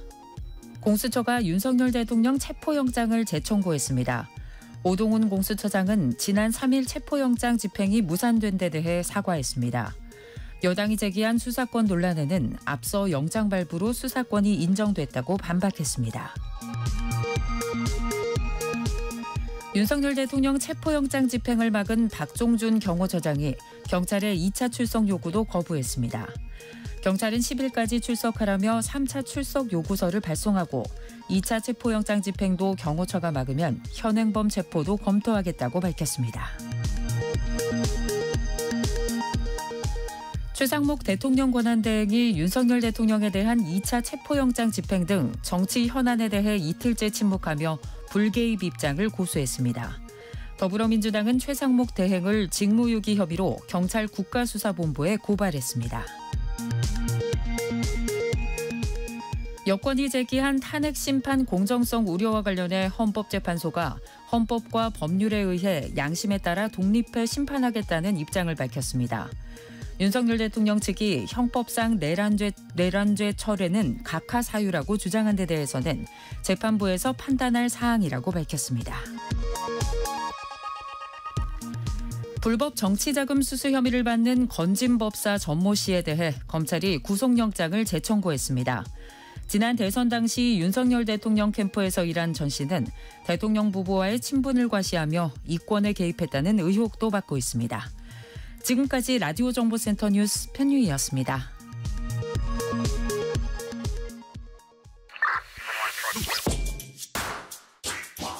뉴스의 진수를 보여주는 인터뷰. 뉴진수. 청취율 조사 기간입니다. 02로 시작되는 전화가 오면은 뉴스레터 K라고 대답해 주시면 감사하겠습니다. 청취율 조사 기념 이벤트도 준비했습니다. 방송 중 사연 보내주시면은 추첨을 통해서 치킨 교환권 보내드리겠습니다. 문자샵 9730, 짧은 문자 50원, 긴 문자는 100원, 어플리케이션 콩으로 보내시면 무료입니다. 유튜브 KBS 1라디오 계정 채팅으로도 얘기 나누실 수 있습니다. 윤석열 대통령 수사가 혼선을 빚고 있습니다. 윤 대통령 측은 수사 주체와 체포영장의 적정성 등을 문제 삼고 있습니다. 아울러서 민주당 주도 국회 탄핵소추위원들이 탄핵소추 사유에서 형법상 내란죄를 빼겠다고 밝히면서 소추 내용을 둘러싼 논란까지 확산하고 있습니다. 불거진 법적 쟁점들 한상훈 연세대 법학전문대학원 교수와 함께 짚어봅니다. 지금 전화 연결돼 있습니다. 한상훈 교수님 안녕하세요. 네, 안녕하세요. 시간 내주셔서 감사드립니다. 네. 자, 공수처의 최근의 결정과 행보에 비난이 나오고 있습니다. 1차 체포영장 집행 시도 무산된 뒤에 주말 이틀 보내는 거 싶더니 갑자기 영장 집행을 협의도 없이 경찰에 일임하려고 했다가 논란이 불거지니까 법적인 논란이죠. 그마저 걷어들였습니다. 일단 영장 집행을 통째로 다른 기관에 넘기는 거 법적으로 문제가 있다고 보세요? 네, 사실 저도 이제 그런 언론을 듣고서 좀 의외다라는 생각은 했었거든요. 네. 그 예전에도 보면은 그 영장을 발부받은 기관이 직접 집행을 하는 것이 일반적이고요. 물론 뭐 이렇게 경찰의 지원이 필요하면 받을 수는 있겠지만은 지금처럼 뭐 이렇게 일임을 한다든가 그런 적은 없었던 것 같아서 네. 좀 약간 아마도 그 제1차 그 체포영장 집행이 잘 안 돼서 고심 끝에 그런 결정을 한 것 같긴 합니다만은 그렇게 적절하지는 않았다고 봅니다. 네. 윤 대통령 측에선 공수처가 수사 주체가 될 수 없다는 문제 제기하고 있습니다. 공수처가 내란 혐의는 직접 수사권이었기 때문에 따라서 소환이나 체포영장 집행에도 불응하겠다는 이런 논리인데 이런 주장은 어떻게 보십니까? 네, 뭐 그런 주장을 이제 처음부터 계속 해왔던 것 같은데요. 네. 제가 볼 때는 일단 공수처의 수사권이 없다는 것은 이미 뭐 법원에 그 영장 발부라든가 그런 여러 가지 적법 절차를 통해서 부정이 돼서 수사권은 있다고 봅니다. 네. 근데 그렇다고 그래서 공수처가 계속 수사를 하는 게 바람직하냐 하는 것은 그거하고는 좀 다른 문제인 것 같거든요. 네. 그래서 제가 볼 때는 공수처가 이 그 윤석열 대통령에 대한 수사를 너무 이렇게 고집하는 것보다는 경찰에 수사권을 넘기는 것을 포함해서 좀 차분하게 검토를 하는 게 어떨까 싶습니다. 자, 지금 경찰의 수사권 넘기는 부분, 수사를 넘기는 부분 그런 것들 이제 차분하게 검토하라 그러셨는데 그게 더 효율적으로 수사가 뭐 이게 인력으로 보나 여러 가지 상황으로 볼 때 더 효율적으로 수사가 진행될 수 있다고 보시는 건가요? 네, 맞습니다. 왜냐하면은 일단 첫 번째로 그 공수처나 검찰도 그 내란죄에 대한 수사를 할 수는 있지만, 네. 그 이제 직권남용죄라는 그런 수사를 거쳐서 그것과 관련이 있기 때문에 이제 내란죄를 할 수 있는 거거든요. 네. 그렇기 때문에 그 정당성은 아무래도 약할 수밖에 없고요. 그래서 오히려 경찰이 사실은 이 수사권으로 보면 가장 그 정당성이 강하다 이렇게 생각이 됩니다. 그래서 저는 이제 예전부터 경찰을 중심으로 합동 수사를 하는 것이 가장 좋겠다 이렇게 얘기를 해왔는데요. 네네. 그래서 지금 공수처 입장에서는 경찰로 지금이라도 이제 이첩하는 것이 적절하다고 보는데 그렇게 되면은 무엇보다도 그 윤석열 대통령 측에서도 네.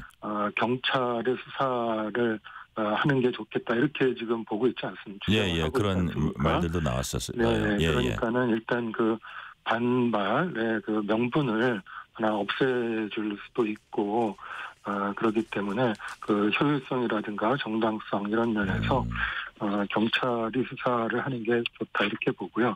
다만 이제 그렇다고 해서 그러면은 공수처가 그 검찰로부터 그 이첩을 요구해서 네. 이 윤석열 수사권을 받아왔는데 그거가 또 잘못됐는가? 그러면은 또 그건 아니라고 보거든요. 그러니까 검찰도 약했기 때문에 정당성이 네. 그것을 이제 공수처가 이첩 요구해서 받아온 것이고 이제 그것을 경찰로 다시 이첩을 해주면 결과적으로는 가장 바람직한 수사가 되지 않을까 이렇게 봅니다. 법적 논란도 줄어들고 효율성도 있을 것이다는 취지로 말씀해 주셨고요. 자, 민주당은 최상목 대통령 권한대행이 경호처에 지휘권을 행사해달라고 요구했습니다. 이건 이제 체포영장 집행 관련인데요. 공수처도 최 대행에 협조 공문 보냈고요. 자, 최 대행은 지금 관여를 하지 않고 있습니다. 최 대행 측은 공수처법에 따른 것이라고 설명하고 있습니다. 이건 무슨 뜻인가요? 네, 그 공수처법 3조에 보시면, 네네. 뭐 조문이 깁니다만은 아무튼 대통령이나 대통령실의 공무원은 그 공수처의 그 사무에 관해서 직무 수행에 관여하는 일체 행위를 할 수 없다 이렇게 돼 있거든요. 네네.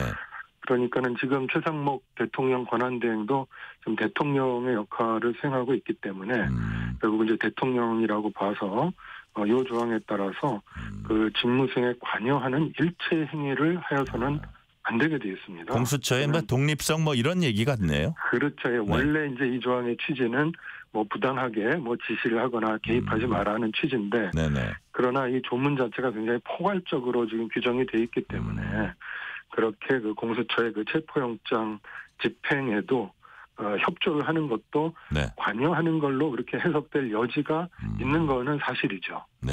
네, 그래서 아마도 좀 이렇게 조심스러운 그런 입장을 취하고 있는 게 아닌가 이렇게 네.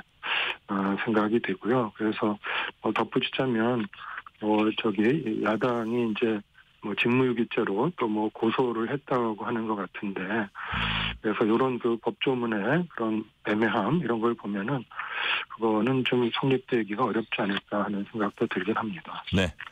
자, 한상훈 교수님께서는 최근 언론 실론에서 대통령의 내란죄 수사를 위해 체포 구속영장을 집행할 경우에 이를 경호처에서 방해하면은 경호처 직원 이를 지시 또는 묵인한 이들까지 모두 특수 공무집행방해죄 공범으로 현행범될 소지가 크다고 쓰신 적이 있습니다. 실제로 이런 그 논리라면 2차 영장 집행에서는 경호처 직원 이제 체포하는 일들이 벌어질 거라고 전망하시는지, 거기에는 뭐 아무 문제가 없는지 어떻게 보세요?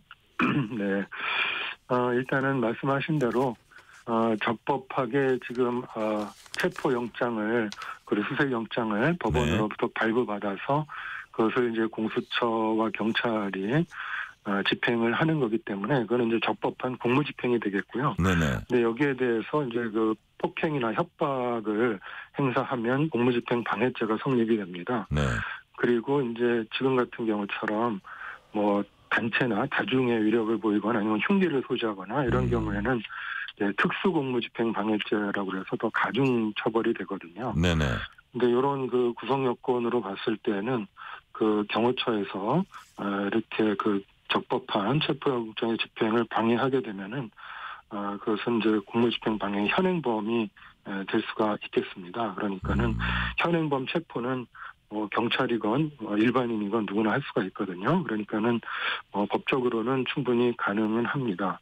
근데 이제 또 문제는 그렇다고 그래서 그 경호처 공무원과 또 경찰 또는 공수처 공무원들이 이렇게 무력 충돌까지 가는 상황은 바람직한가 이런 생각도 들고, 또 불상사가 생기면은 또 국정이 굉장히 혼란스러워질 수가 있기 때문에 현행범 체포를 하더라도 아주 최소한의 사람에 대해서만 현행범 체포를 하고 그런 과도한 충돌이나 불상사는 막는 것이 필요하지 않을까 그렇게 생각이 됩니다. 사실 그 체포영장 집행을 맡고 있는 그 정점에는 그 경호처장이 있거든요. 박정준 경호처장은 대국민 입장문에서 대통령의 절대 안전 확보가 경호처 존재 가치다. 재집행을 해도 막을 것임을 이제 분명히 했습니다. 그렇다면 지금 교수님 말씀대로라면 박정준 경호처장도 이른바 이런 관련법에 따라서 이제 형사처벌 대상이 될 수 있다고 보시는 거네요. 그렇습니다. 네, 그 가장 그 경호처의 그 이제 그 지휘 감독을 일단 하는 사람이기 때문에요. 네. 당연히 그 공무집행방해 죄책을 질 수가 있고, 또 이미 고발이 돼서 경찰에서 지금 2번의 그 소환을 했고 이제 3번째 소환 일정까지 통보를 한 걸로 알고 있거든요. 네. 네, 아마 3번째까지도 소환에 불응하면 아마 체포영장을 발부받아서 또 그 경호처장에 대한 체포에 착수할 걸로 이렇게 생각이 됩니다. 네. 그렇다면은 더더군다나 이제 경호처가 물리적으로 그 체포영장의 집행을 막을 법적인 그 정당성은 없어진다 이렇게 볼 수가 있습니다. 네네. 자, 한상훈 교수님께서는 체포영장 집행 성사 여부와 관련 없이 체포와 구속 집행을 방해한다는 사실 자체로도 헌재 탄핵 재판에서 피청구인에게 불리한 자료가 될 거다 이렇게 지적을 하신 바가 있습니다. 그럼에도 이제 윤 대통령 측도 이런 거를 아마 그쪽에도 그 변호인단이 많이 있어서 모르지는 않을 텐데 왜 윤 대통령 측에서 이렇게 지금 같은 대응을 하는지 혹시 생각해 보셨는지요? 그리고 그럼으로 인해서 좀 극적으로 어떻게 좀 변화할 가능성도 보시는지 어떻게 보십니까? 네, 그러니까 어떻게 보면은 그 윤석열 대통령 측에서 좀 위험한 도박을 하고 있다라고도 볼 수가 있을 것 같은데요. 네. 일단은 아마 생각해 보자면 그 이유는 일단은 그 탄핵 재판을 우선적으로 진행을 하거나 거기에 네. 집중을 하겠다 뭐 이런 생각이 있을 것 같고요. 네네. 그다음에 두 번째는 이제 그 형사 재판이 진행되면 거기에서 또 많은 증인이라든가 물증이 증거로 제출이 되지 않겠습니까? 네네. 그러면은 이제 거기서 증거로 채택된 그런 증거들은 이 헌법재판, 그 탄핵 재판에서 또 다시 증거로 제출될 수가 있거든요. 네네. 그렇기 때문에 이 탄핵 재판의 속도가 굉장히 빨라질 수가 있습니다. 그렇지 않으면은 그 헌법재판소에서 증인을 다 일일이 불러서 네. 증인 신문을 해야 되기 때문에 좀 길어질 수가 있거든요. 네네. 그러니까는 말하자면은 투트랙으로 동시에 진행이 되면 이 헌법 탄핵 재판이 빨라질 수가 있기 때문에 결국은 시간을 좀 지연하려는 그런 목적이 있지 않을까 그렇게 추측을 해봅니다. 네. 자, 헌법재판소 탄핵 심판 과정에선 민주당 주도 국회 탄핵 소추위원단이 탄핵 소추 사유에서 형법상 내란죄 철회하겠다고 했습니다.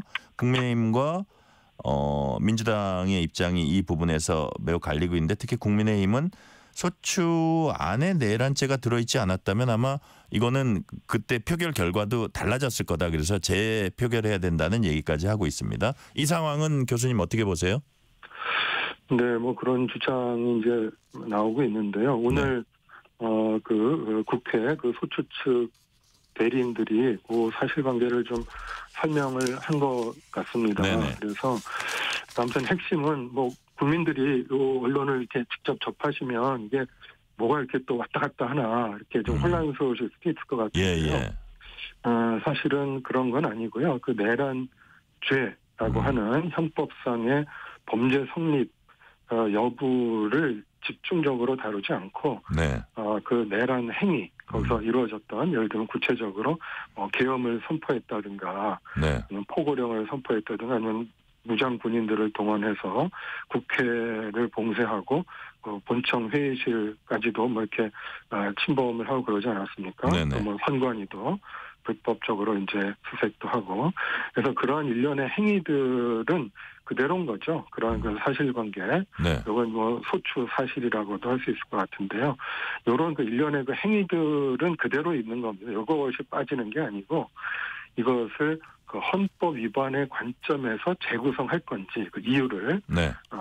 아니면 형법 위반의 그 내란죄의 구성 요건의 관점에서 재구성할 건지 네. 그거의 그 차이인데 그것을 헌법 위반을 주요한 관점으로 해서 네. 그것을 입증을 하겠다. 네, 그런 취지이기 때문에 사실상 크게 달라지는 거는 없다고 볼 수가 있고요. 네. 또 이것은 예전에 그 박근혜 대통령 그 탄핵 사건에서도 또 동일하게 네. 그런 절차가 있었기 때문에 우리 국민들 또는 우리 청취자분들께서는 혼란스럽지 않아도 되실 것 같고 법적으로도 문제가 없다 이렇게 봅니다. 또 이제 국민의힘 쪽에서는 박근혜 대통령 당시와 이제 비교해서 그 당시에는 여러 가지 법 중에 하나였지만 지금은 거의 전부에 가까운 그런 법이다 이런 뭐 주장도 하는데 그건 또 사실과 다릅니까? 어떻습니까? 그 당시는 뭐 워낙 또 많이 있었죠. 뭐 네. 뇌물도 있었고 뭐 직권남용 등등 있어서 그럴 수는 있습니다만은 지금도 차이는 없는 거죠. 아까 말씀드린 그런 기본적인 이제 계엄 선포 행위라든가 포고령 이런 등등의 행위를 어떤 관점에서 볼 것이냐, 그 법적 평가의 여부에 불과하거든요. 그래서 이것은 우리 형사소송도 그렇고 뭐 헌법재판도 그 법원이 또는 이제 헌법재판소가 거의 직권으로 판단할 수가 있는 네. 그런 사항이 되겠습니다. 네네. 이 부분은 어떻게 보세요? 이제 이건 약간 정치적인 사안이어서 이긴 한데요. 국민의힘에서는 지금 민주당이 이렇게 좀 서두르려고 하는 게 이재명 대표 사법 리스크를 해소하고 조기 대선 치르기 위해서 서두른다. 근데 이거는 정치적인 영역이니까 이제 교수님한테 질문 드릴 부분은 아니고 다만 자 이게 지금 국정이 혼란한데 국정 안정을 위해서 신속한 심리가 필요하다. 이거를 아마 반대하는 사람은 없을 겁니다. 근데 이제 그러다 보면 좀 어떤 그 탄핵 심판 대상자의 어떤 뭐라 그래요 피청구인이죠. 이 사람의 어떤 반론권이나 방어권이 너무 신속 재판 속에 좀 희생될 수도 있다 이런 반론도 있을 수 있어요. 이 부분은 어떻게 보십니까? 네, 맞습니다. 그것도 충분히 일리가 있는 그런 이제 주장이라고 생각하고요. 근데 이제 또 말씀하신 대로 우리가 이렇게 대통령 권한대행 체제를 네. 뭐 무한정 오래 끌고 갈 수도 없는 거 아니겠습니까? 네. 더군다나 지금 시기가 뭐 국제 정치적으로 보나 또 경제적으로 보나 또 북한과의 그 관계에서 보나 굉장히 엄중한 시기이기 때문에 뭐 신속히 진행하는 것은 맞으나 그렇다고 해서 그 공정성을 또 해야만 안 되거든요. 네. 그렇기 때문에 항상 이 신속성과 공정성은 다 필요한 그 재판의 가치이긴 한데 약간 서로 상충되는 부분이 있습니다. 네. 트레이드오프가 좀 될 수가 있기 때문에 네. 그런 것을 종합적으로 고려를 하면서 그 자기 헌법 그 탄핵 재판도 진행을 해야 될 것 같고요. 네. 그래서 예전에 보면은 대개는 한 2달에서 3달 그 정도 걸려서 그 노무현 대통령 때와 이제 박근혜 대통령 때 그 정도 걸렸었는데 이번에는 사실 사실관계가 너무나 간단하고 아까 말씀하신 것처럼 또 온 국민이 전부 다 지켜봤기 때문에 아마 2달에서 3달까지는 안 걸릴 수도 있다. 한 2달에서 3달 네. 그 사이 정도면 될 것 같긴 하고요. 네네. 근데 아무튼 그 범위 내에서 최대한 집중적으로 심리를 하고 또 그 뭐 야당 그 이재명 대표의 또 그런 다른 사건들하고 지금 어떻게 보면은 시간 싸움이라고도 할 수가 있는데 네. 그런 정치적인 고려는 하지 않고 그 사안을 신중하게 판단을 해서 결정을 해야 되지 않을까 싶습니다. 네. 또 관련해서 또 약간 민감한 게 불거진 것 중에 하나가 국회 측 탄핵소추위원이 헌재 권유로 탄핵 사유 변경했다 이런 발언을 했습니다. 그러니까 여권은 당연히 강하게 반발했고 헌법재판소는 탄핵 사유 변경 권유하지 않았다 이렇게 해명했고요.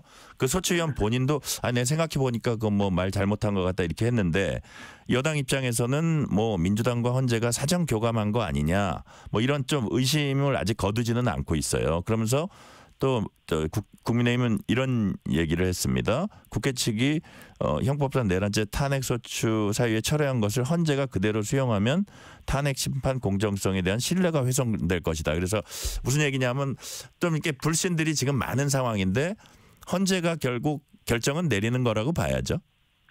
네, 그렇습니다.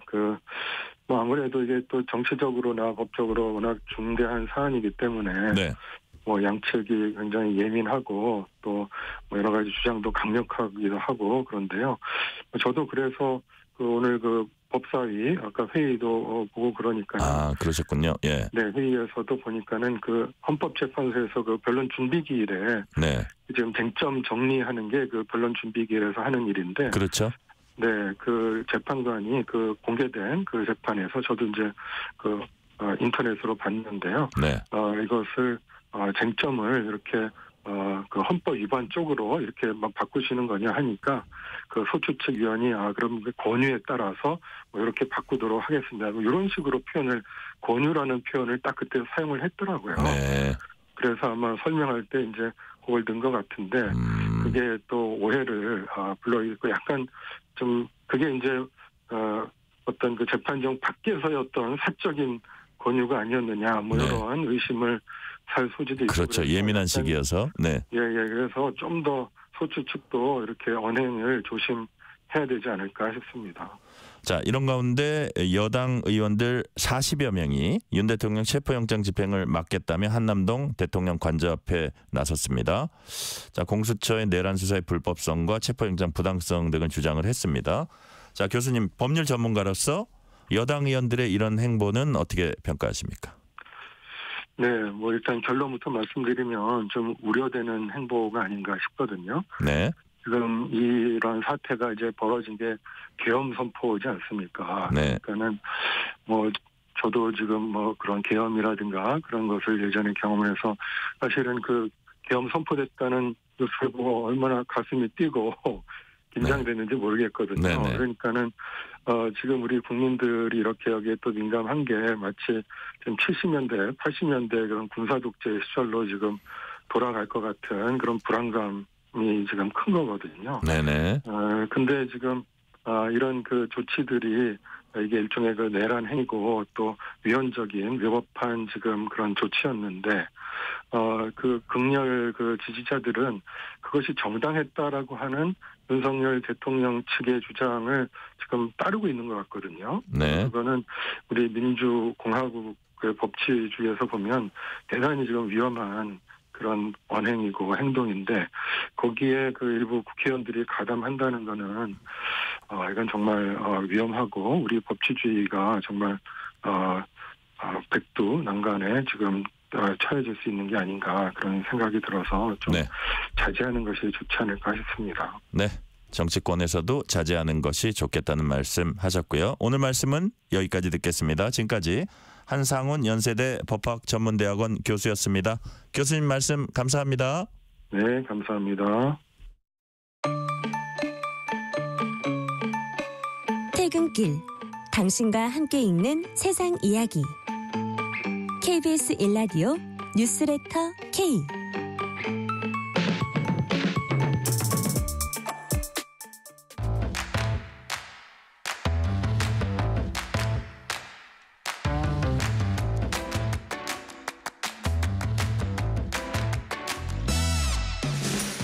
오늘 가장 뜨거운 뉴스, 화제의 소식 쏙쏙 골라서 전해드립니다. 뉴스레터 브리핑.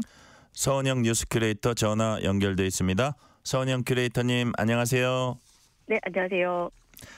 자, 첫 소식. 제주항공 여객기 사고 유가족들의 생계를 지원하기 위한 정부 차원 회의가 오늘 열렸습니다. 구체적으로 어떤 대책이 논의됐습니까?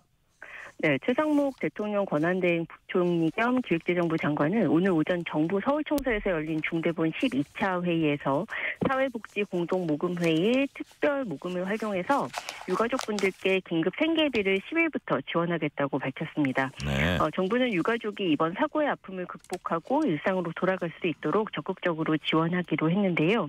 사고 희생자 가운데서 중소기업 경영인과 소상공인이 있다면 이들에 대해선 기존에 갖고 있는 대출과 보증의 상환을 유예하고 만기를 연장하기로 했습니다.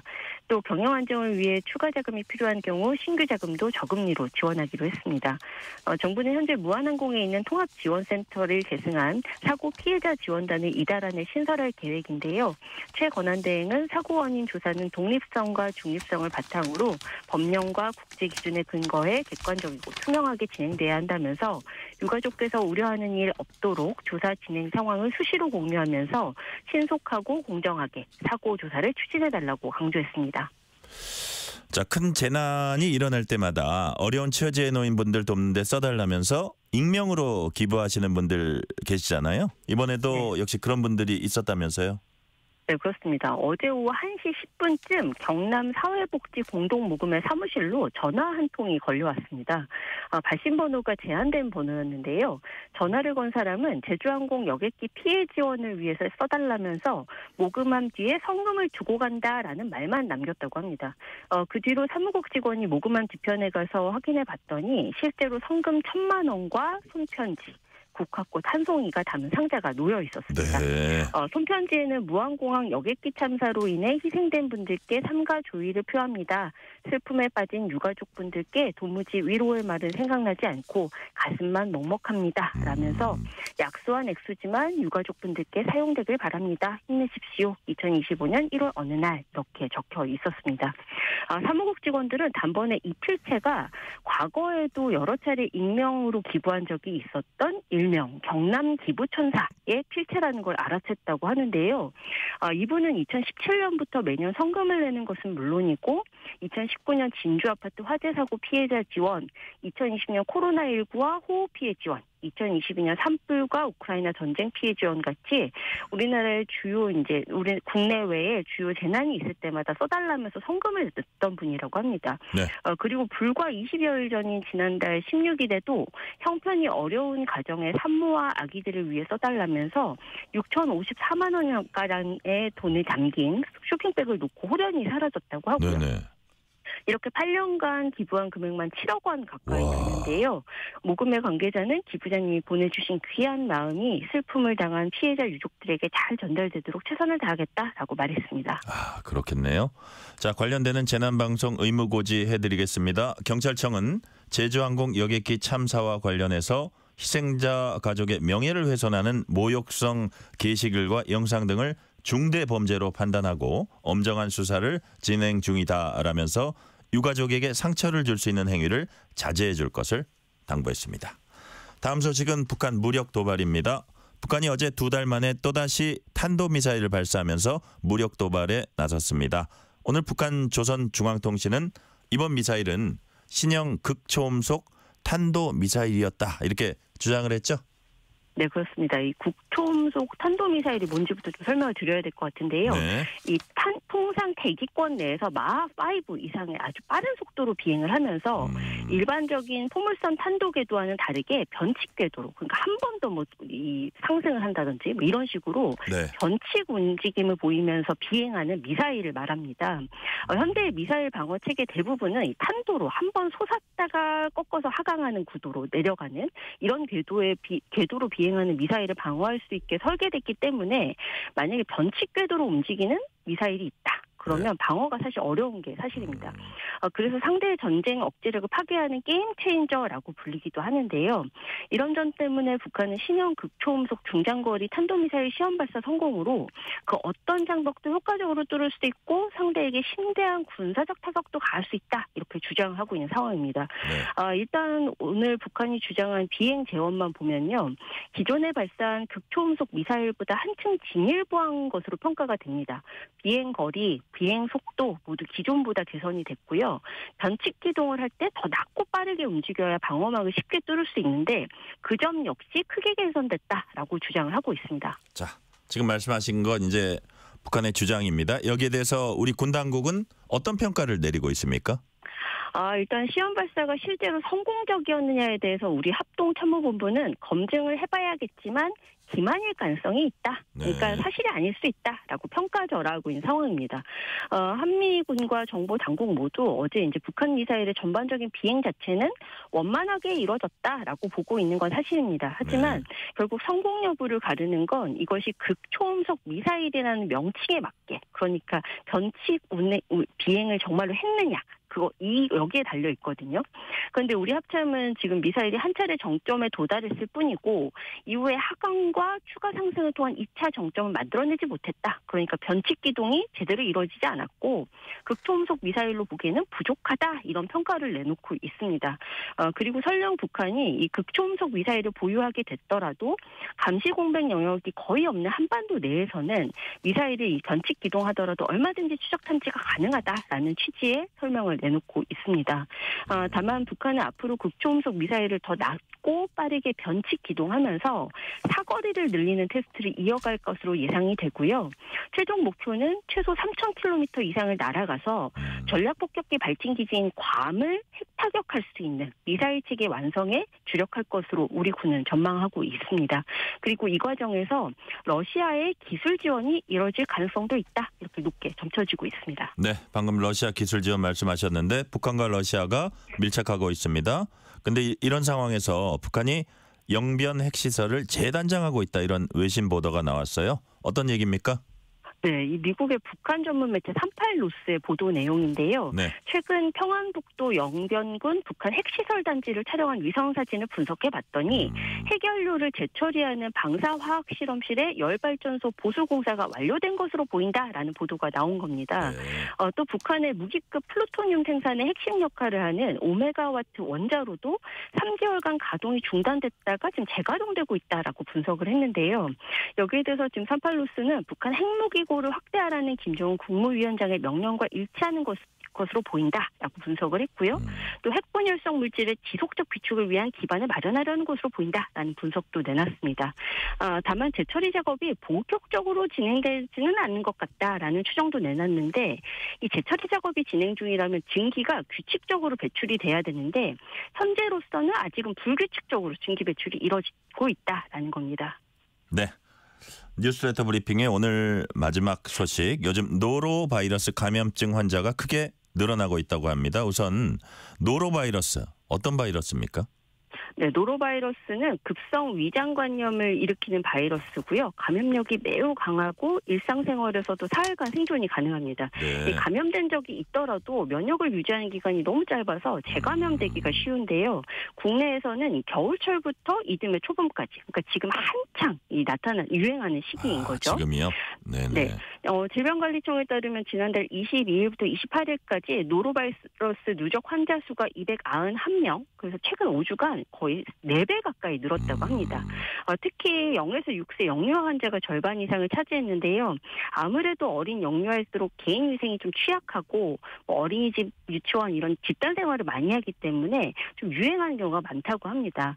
노로바이러스에 오염된 물이나 어패류, 채소류 같은 것들 섭취했을 때 감염될 수 있고요. 네. 환자와 직접 접촉하거나 환자의 비말을 통해서 감염되기도 합니다. 아, 그렇군요. 정말 특히 어린이들 조심해야겠는데 그렇다면 노로바이러스 감염을 막기 위해선 평소에 어떤 생활 습관이 필요한지 또 어떤 점을 주의해야 하는지 좀 소개를 해 주세요. 네, 이 노로바이러스는 예방 백신이 없습니다. 그래서 네. 이 감염 막으려면 기본적인 위생 관리가 가장 중요한데요. 손 소독제보다는 비누를 이용해서 30초 이상 손을 씻고요. 식재료를 흐르는 물에 세척해서 85도씨 이상에서 1분 이상 충분히 익히는 방식으로 위생적으로 조리하는 게 상당히 중요합니다. 노로바이러스 감염 환자는 증상이 사라진 후 48시간까지 등원, 등교나 출근을 자제하셔야 하고요. 다른 가족 구성원과 공간을 구분해서 생활하는 걸 권장하고 있습니다. 그리고 배변 후에는 변기 뚜껑을 꼭 닫은 채로 물을 내리는 게 바이러스 확산을 방지하는 데 좋다고 합니다. 그래요. 또 마지막 팁은 배변 후에 변기 뚜껑 닫은 채로 물을 내리는 게 바이러스 확산에 좋다는 말씀까지 해주셨습니다. 오늘 말씀은 여기까지 듣겠습니다. 지금까지 서은영 뉴스 큐레이터였습니다. 말씀 감사합니다. 감사합니다.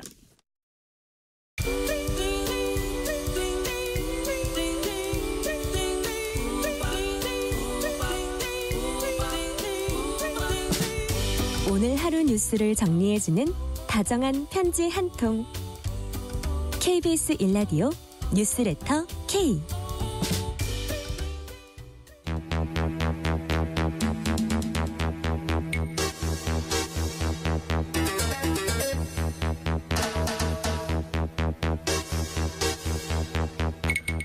배상훈 프로파일러와 함께하는 시간입니다. 베프의 범죄도시 코너입니다. 오늘도 배상훈 프로파일러 나오셨습니다. 어서 오세요. 안녕하세요.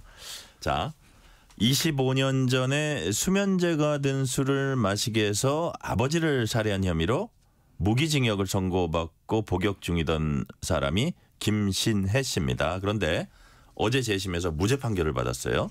우리 사법사상 무기수가 재심을 통해서 무죄를 선고받은 첫 사례로 이제 기록이 됐습니다. 프로파일러님 먼저 어떤 사건이었는지 좀 사건 개요를 설명을 해주세요. 전라남도 완도입니다. 네. 김신혜 씨는 23살이었고요. 당시에 가족 구성을 말씀드리면 아버지 돌아가신 분이 있고요. 41kg입니다. 50대 초반이고 장애가 있습니다. 다리 쪽에. 왜 제가 이 말씀드리면 뒤에 연결가 돼 있도록 그렇고요. 이복 여동생과 남동생이 있습니다. 그때는 이 둘이 미성년이었고요. 그리고 이 관련자라고 할 수 있는 큰아버지와 조카가 있고, 그러니까 이제 이 돌아가신 분이 형님이죠. 그 신혜 씨의 고모부가 있습니다. 이게 지금 관련된 사람들이 다 연관이 돼 있는 건데요. 그래요? 예.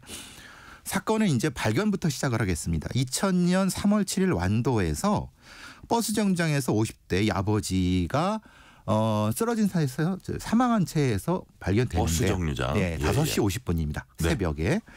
근데 거기에 마르샤라고 하는 차 옛날 차에 그 전조등 깨진 게 조금 있었고요.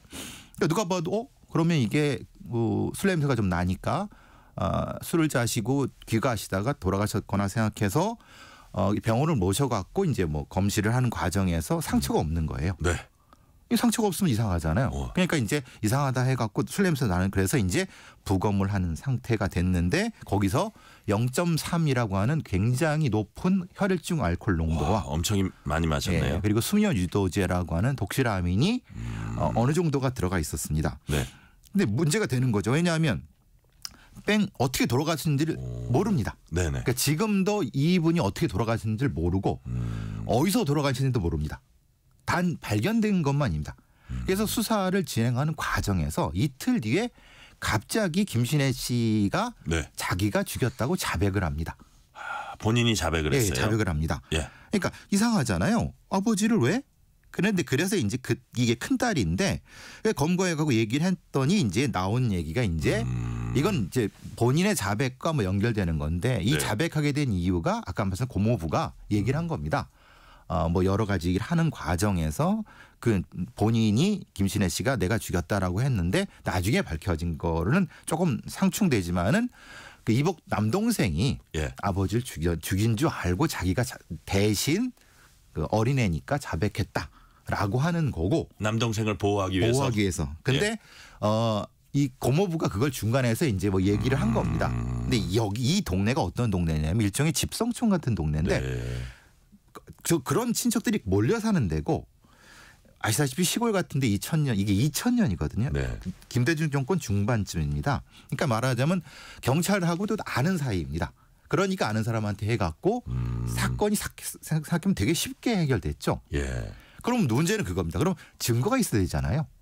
그러니까 증거를 찾으려고 하니까 뭐가 되냐면 증거는 이제 이 김신혜 씨는 23살인데 여기서 일찍 서울로 올라가서 연극 배우도 하고 보험 설계사 사무보조되고 여러 가지를 했었습니다. 이게 다 관련된 거기 때문에 말씀드리는 건데 그래서 이제 증거를 찾기 위해서 그 남동생을 데리고 형사들이 가서 거기에서 이 증거라고 하는 말하자면 저거 뭐 저기 밥사바라고 저 수면제나 양 이런 걸 하게 됩니다. 네. 근데 문제는 그게 영장이 없는 거예요. 근데 남동생 아이를 데리고 갔으니까 됐을 거라고 생각한 겁니다. 어쨌든 쉽게 생각했군요. 쉽게 생각한 거죠. 그리고 중간에 이제 이런 상태인데 또 아까 제가 말씀드린 건 이제 보험 관련된 것도 있다고 말씀드렸지 않습니까? 보니까 보험이 9개 있어요. 그래서 그러니까 이거 경찰은 이렇게 본 겁니다.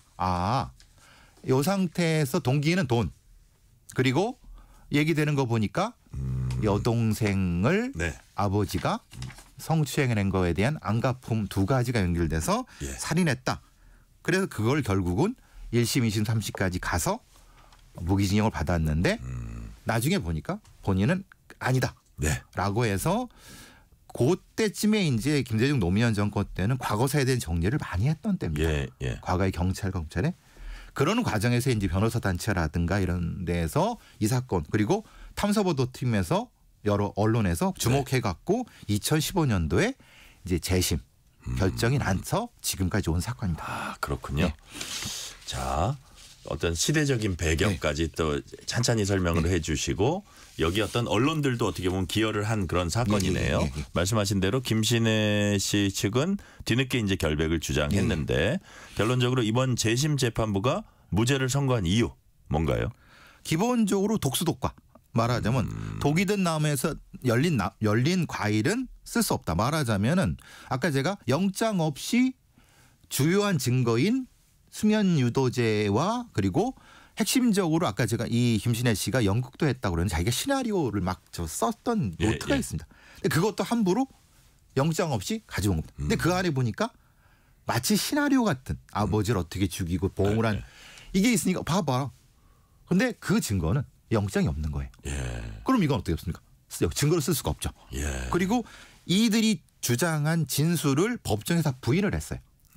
그러면은 아시다시피 본인이 주장한 피의자 진술서를 법정에서 부정하면은 사실은 그거는 증거가 쓸 수가 없는데 증거로 쓸 수도 없고 부인을 했는데 그럼에도 그 부인한 거를 다시 뒤엎을 만한 뭐를 제시를 못했나요? 못했는데 이제 그렇게 된 이유가 본인이 형사한테 맞고 그 폭행이 있었고 또 뭐 여러 가지 그 관련된 어떤 사진 같은 것도 해서 협박도 해서 자기가 억울하지만 그렇게 됐다. 그러니까 결국은 정확한 건 이겁니다.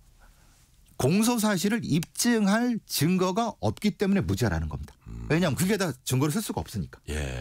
그래서 무죄가 난 겁니다. 어쨌든 공소 사실 입증할 증거가 없다. 그래서 무죄가 났다. 그래서 여튼 그에 앞서서 재심 판결을 받아야겠다 이렇게 결심한 배경이 또 있을 것 같아요. 자기가 이제 결백하다고 생각하니까 했겠지만. 결백하다고 생각도 했고 변호사 단체라든가 봐도 분명히 그 형사들이 때린 건 맞거든요. 그리고 영장 없이 그게 됐고 또 하나는 뭐냐면 아까 제가 말씀드린 게 이게 이분이 어떻게 돌아가신지를 몰라요. 그러니까 말하자면 이거죠. 수면 유도제와 술을 먹어 죽었다고 하는 돌아가셨다고 하는데 실제로 해보니까 아니에요. 왜냐하면 이분이 41kg인데 형사들은 계산을 60kg로 한 거예요. 몸무게를. 그러니까 치사량이 잘못됐죠. 그러니까 얼마를 그냥 평균 성인의 체중 정도 생각했네요. 어떻게 보면. 근데 이분은 되게 허술하네요. 근데 이분은 굉장히 작아서 그냥 벌쩍 들을 정도입니다. 그리고 어떻게 돌아가신지도 입증이 안 된 거예요. 그리고 사인이 입증이 안 됐다. 입증이 안 됐어요. 그런데 왜 수면제를 수뇌탁에서 먹였다고 하는 다 소설 아니냐? 사실 생각해보면 이건 다 소설입니다. 그러니까 입증되기 어려운 시나리오를 써서 갖다 붙인 거죠. 근데 이거를 저기 판사, 재심 판사들은 맞다. 분명히 이거는 문제가 있다. 다만 재심 인정한 그 판사도 그러니까 2015년에 김신혜 씨가 범인인지 아닌지 모르겠다. 그거는 한번 해보자라고 해서 재심이 된 겁니다. 아 그래요? 범인인지 아닌지 모르겠다. 근데 불법 수사는 맞으니까. 자. 절차상 위법 행위가 어쨌든 무죄를 이끌어낸 주요한 요소 중에 하나였다고 지금 이제 이해가 되는데 자 솔직히 정작 관심은 실제로 살인을 했냐 안 했냐 이 부분인데 재판부가 그 부분에 대한 판단은 따로 또 한 게 있습니까?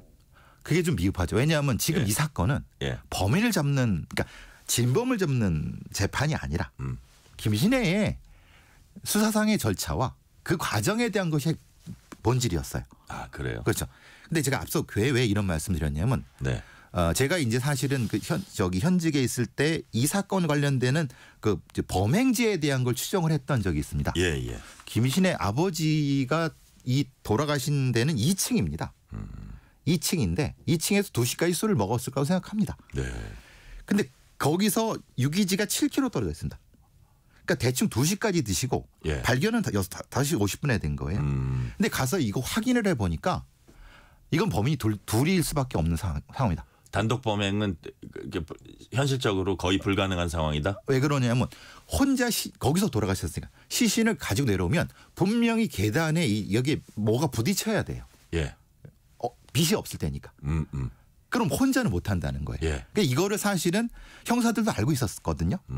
근데 문제는 그렇다면 혼자 그냥 술 취한 채로 내려왔을 가능성이 많다. 어느 지점까지는? 그건 아니고요. 왜냐하면 다리를 저시기 때문에. 그러니까 그래서 제가 계속 말씀드린 거예요. 그러니까 거기서 누군가에서 살해됐거나 어떻게 된 상태에서 둘 이상에서 옮겨진 건 맞는 것 같다. 그러니까 여기까지 갔는데 문제는 갑자기 자백을 해버리니까 앞에 수사한 게 사라져 버리는 거죠. 사실은. 그러니까 상황적으로 봤을 땐 이 수사가 더 집중이 됐어야 되는 거예요. 근데 이거는 사실은 뭐 일종의 하나의 어떤 현장 재구성밖에 안 되고 아니 본인이 죽였다고 하는데 그럼 그걸 중심으로 했은 그러니까 자백 중심의 수사를 가지고 증거를 붙인 거죠. 그렇군요. 자, 김신혜 씨 사건은 재심이 결정되고 나서도 9년이 지나서 판결이 나왔다고 해요. 왜 이렇게 오래 걸렸습니까? 2015년도에 재심 결정이 났는데 그 과정에서 사실은 뭐 다른 재심 사건 같은 경우는 이제 그 다 복역이 끝난 다음에 했기 때문에 당사자가 입증할 여러 가지 상황이 됩니다. 근데 이건 복역 중이에요. 그리고 이 재판부 재심 결정한 재판부는 형집행 정지를 결정하지 않았어요. 왜냐하면 이 판사들도 김신혜가 범인인지 아닌지 모르겠다는 거예요. 예. 풀어주면 도망갈 수도 있다는 거예요. 그러니까 그 안에서 변호사를 선임하고 뭐 하는데 안 되고 막 그게 막 그리고 우리 저 여기서만 재심 전문 박준영 변호사가 예. 했다가 또 다른 일이 발생해서 계속 늘어진 거죠. 이제서야 이제 된 겁니다. 여하튼 결백이 입증된 건 아니고 예. 범인임이 입증된 게 아니네요. 쉽게 말하면. 예, 그죠? 예. 범인으로 입증한 증거가 잘못된 증거라는 거죠. 그렇죠. 예. 근데 이번 재심은 무기징역 선고했던 1심에 대한 재심이었다고 해요. 그래서 예. 검찰이 항고하면 2심, 3심도 거쳐야 되겠네요. 그렇죠. 그러니까 왜냐하면 검찰은 계속 주장하는 건 이겁니다. 물론 이제 위법수사도 없었다. 네. 김신혜가 범인이 맞다. 근데 보는 바에서 위법수사는 있었거든요. 네. 근데 검찰은 아니잖아요. 경찰은 그렇다 하더라도. 그러니까 검찰의 자존심으로서는 저는 항소를 할 거라고 생각하는데 네. 근데 문제는 입증 이게 다 거부되면 입증할 자료가 없어요. 그러니까요. 그래서 제가 아까 말씀드린 것처럼 그러면 죽음의 원인에 대해서는 미제로 남을 수도 있겠네요. 예. 왜냐하면 부검감정서가 거기 그게 그렇게 어떻게 돌아가는지 몰라요. 그러면 아까 제가 말씀 현장을 다시 재구성해서 네. 관련된 사람. 왜냐하면 김신혜가 의심하는 사람이 아까 그 사람들입니다. 네. 아까 제가 말씀드렸던. 네네. 예. 자, 우리가 영화 살인의 추억 보면 막 폭력적이고 위법한 수사 방식이 나오는데 네. 이게 지금 그 당시 뭐 20몇 년 전 그 당시에 이런 것들이 실제로 있었는지 그리고 과학수사 기법 같은 게 아직 좀 정착이 안 됐던 데 같아요. 관련해서 어떻게 보십니까? 2000년이거든요. 예. 김대중 정권도 중반쯤밖에 안 예, 됐고 예. 사실 뭐 시골이라는 표현을 폄하하면 죄송합니다만 사실은 지방청이 아닌 현장 경찰서 단위에서는 네. 자백증빙 수사가 많았죠. 그렇죠. 자백증빙 수사라고 하는 것은 소위 말하면 불어. 네. 그러니까 안 불어? 그럼 뭐 압박하고 뭐 그래서 이제 여기선 뭐 뒤통수 때리고 막 신체적인 물리적인 것도 나오고 그건 명확한 것 같습니다. 뭐 본인들은 부정하지만은 네네. 여러 정황상 그러니까 그런 상태에서 있었기 때문에 사실은 그 진술서는 다 의미가 없죠. 아 그래요. 자 이제 지금 말씀하신 강압수사 논란의 본질은 뭔지 또 이 재발 방지를 위해서는 어떤 게 좀 필요하다고 보세요? 실제는 수사 기록 자체가 공개가 돼야 됩니다. 그러니까 말하자면 경찰들이 그때도 그렇고 지금도 그렇지만 네. 경찰들이 이 본인들이 수사한 쭉 기록을 검찰에 송치하면서 이 사본 넘기는데 이거는 네. 사실은 공개가 되지 않아요. 그러니까 본인들이 어떻게 수사했는지에 대한 것을 사실은 좀 더 검증을 받아야 되는데 그게 안 하니까 실제로 이게 자기들이 제대로 수사했는데도 엉뚱을 갔는지에 대한 거니까 이게 사실은 좀 엉성하게 되는 거죠. 아 그렇죠. 그러니까 기록 관리의 문제. 기록 관리의 문제는 증거 관리의 문제거든요. 그러니까요. 그러니까 분명히 김신혜 사건도 증거 관리만 명확히 되고 본인들이 생각하는 것만 꾸준히 밀고 나갔으면은 실제로는 범인이 쉽게 잡혔다고 저는 생각하거든요. 그래요. 그런데 엉뚱하게 쉬운 방법으로 간 거죠. 자백했네? 그럼 저기로 가지 뭐 이런 거죠. 쉽게 너무 쉽게 생각했던 거죠. 너무 쉽게 생각했던 수사였다. 자, 일단 이렇게 무죄로 밝혀지면 지난 25년의 인생 돈으로 다 할 수는 없겠지만 어떻게 금전적인 보상도 받게 되나요? 어떻습니까? 뭐 이춘재 사건의 윤석열 씨는 많이 아실 겁니다. 네네. 예, 국가수 뭐 이거 네. 도장 그것도 있었고 그래서 그거는 이제 무죄 선고에 형사보상금이 상당히 많이 나왔습니다. 그렇죠, 위자료도 그렇죠. 그렇고. 예, 예. 그러니까 사실은 뭐 이것이 국가가 분명히 잘못한 부분이라고 하면은 그러니까 그 화성 연쇄살인 사건 그 범인으로 몰렸던 분이죠. 8차 사건. 예. 그분 포함해 갖고 재심에서 무죄 받은 분들은 형사보상금을 받게 되는데 사실 생각해 보면 이게 돈의 문제라기보다는 인생 자체가 날아간 거잖아요. 그러니까요. 25년의 인생인데. 과연 그걸 뭘로 보상할 수 있을까요? 그러니까요. 그러니까 사실은 어쨌든 그런 부분이 있지만은 그래서 김신혜 씨도 출소한 이후에 네. 이런 억울한 사람들 위해서 자기가 뭐 한몫하겠다라고 하는 것도 네. 아마 그런 의미 같습니다. 네. 그래서 제가 지금 아까 기사를 이렇게 쭉 검색을 하다 보니까 네. 장흥교도소 정문을 통해서 밖으로 이제 김 씨가 나왔는데 네. 낙동강 살인 사건으로 억울한 옥살이했던 장동익 씨, 예. 그다음에 화성 연쇄 살인 사건 8차라 그러셨죠. 그렇죠. 예. 윤석열 씨로부터 꽃다발을 받고 눈시울을 붉혔다. 같은 어떤 재심으로서 동병상련. 예. 네. 근데 임신혜 씨는 독특한 거는 네. 복역중에라서 우리나라 최초고 그러니까요. 앞으로도 이런 형태의 복역중의 재심이 그래도 좀 전 있어야 된다고 봅니다. 그래요. 왜냐하면 김진애 씨는 결국은 방어권 행사를 못한 겁니다. 그러니까 복역 중에. 그러면 최소한 어떤 뭐 좀 형집행 정지를 통해서 뭘 하든 네. 보호관찰을 하든 해서 나와서 방어권을 행사하고 뭐 유지하면 다시 하면 되는 거니까. 그러니까요. 예. 이런 방어권 확대는 좀 법무부에서 고민을 좀 해봐야 될 것 같습니다. 이런 방어권 확대는 고민을 해봐야 된다는 말씀하셨고요.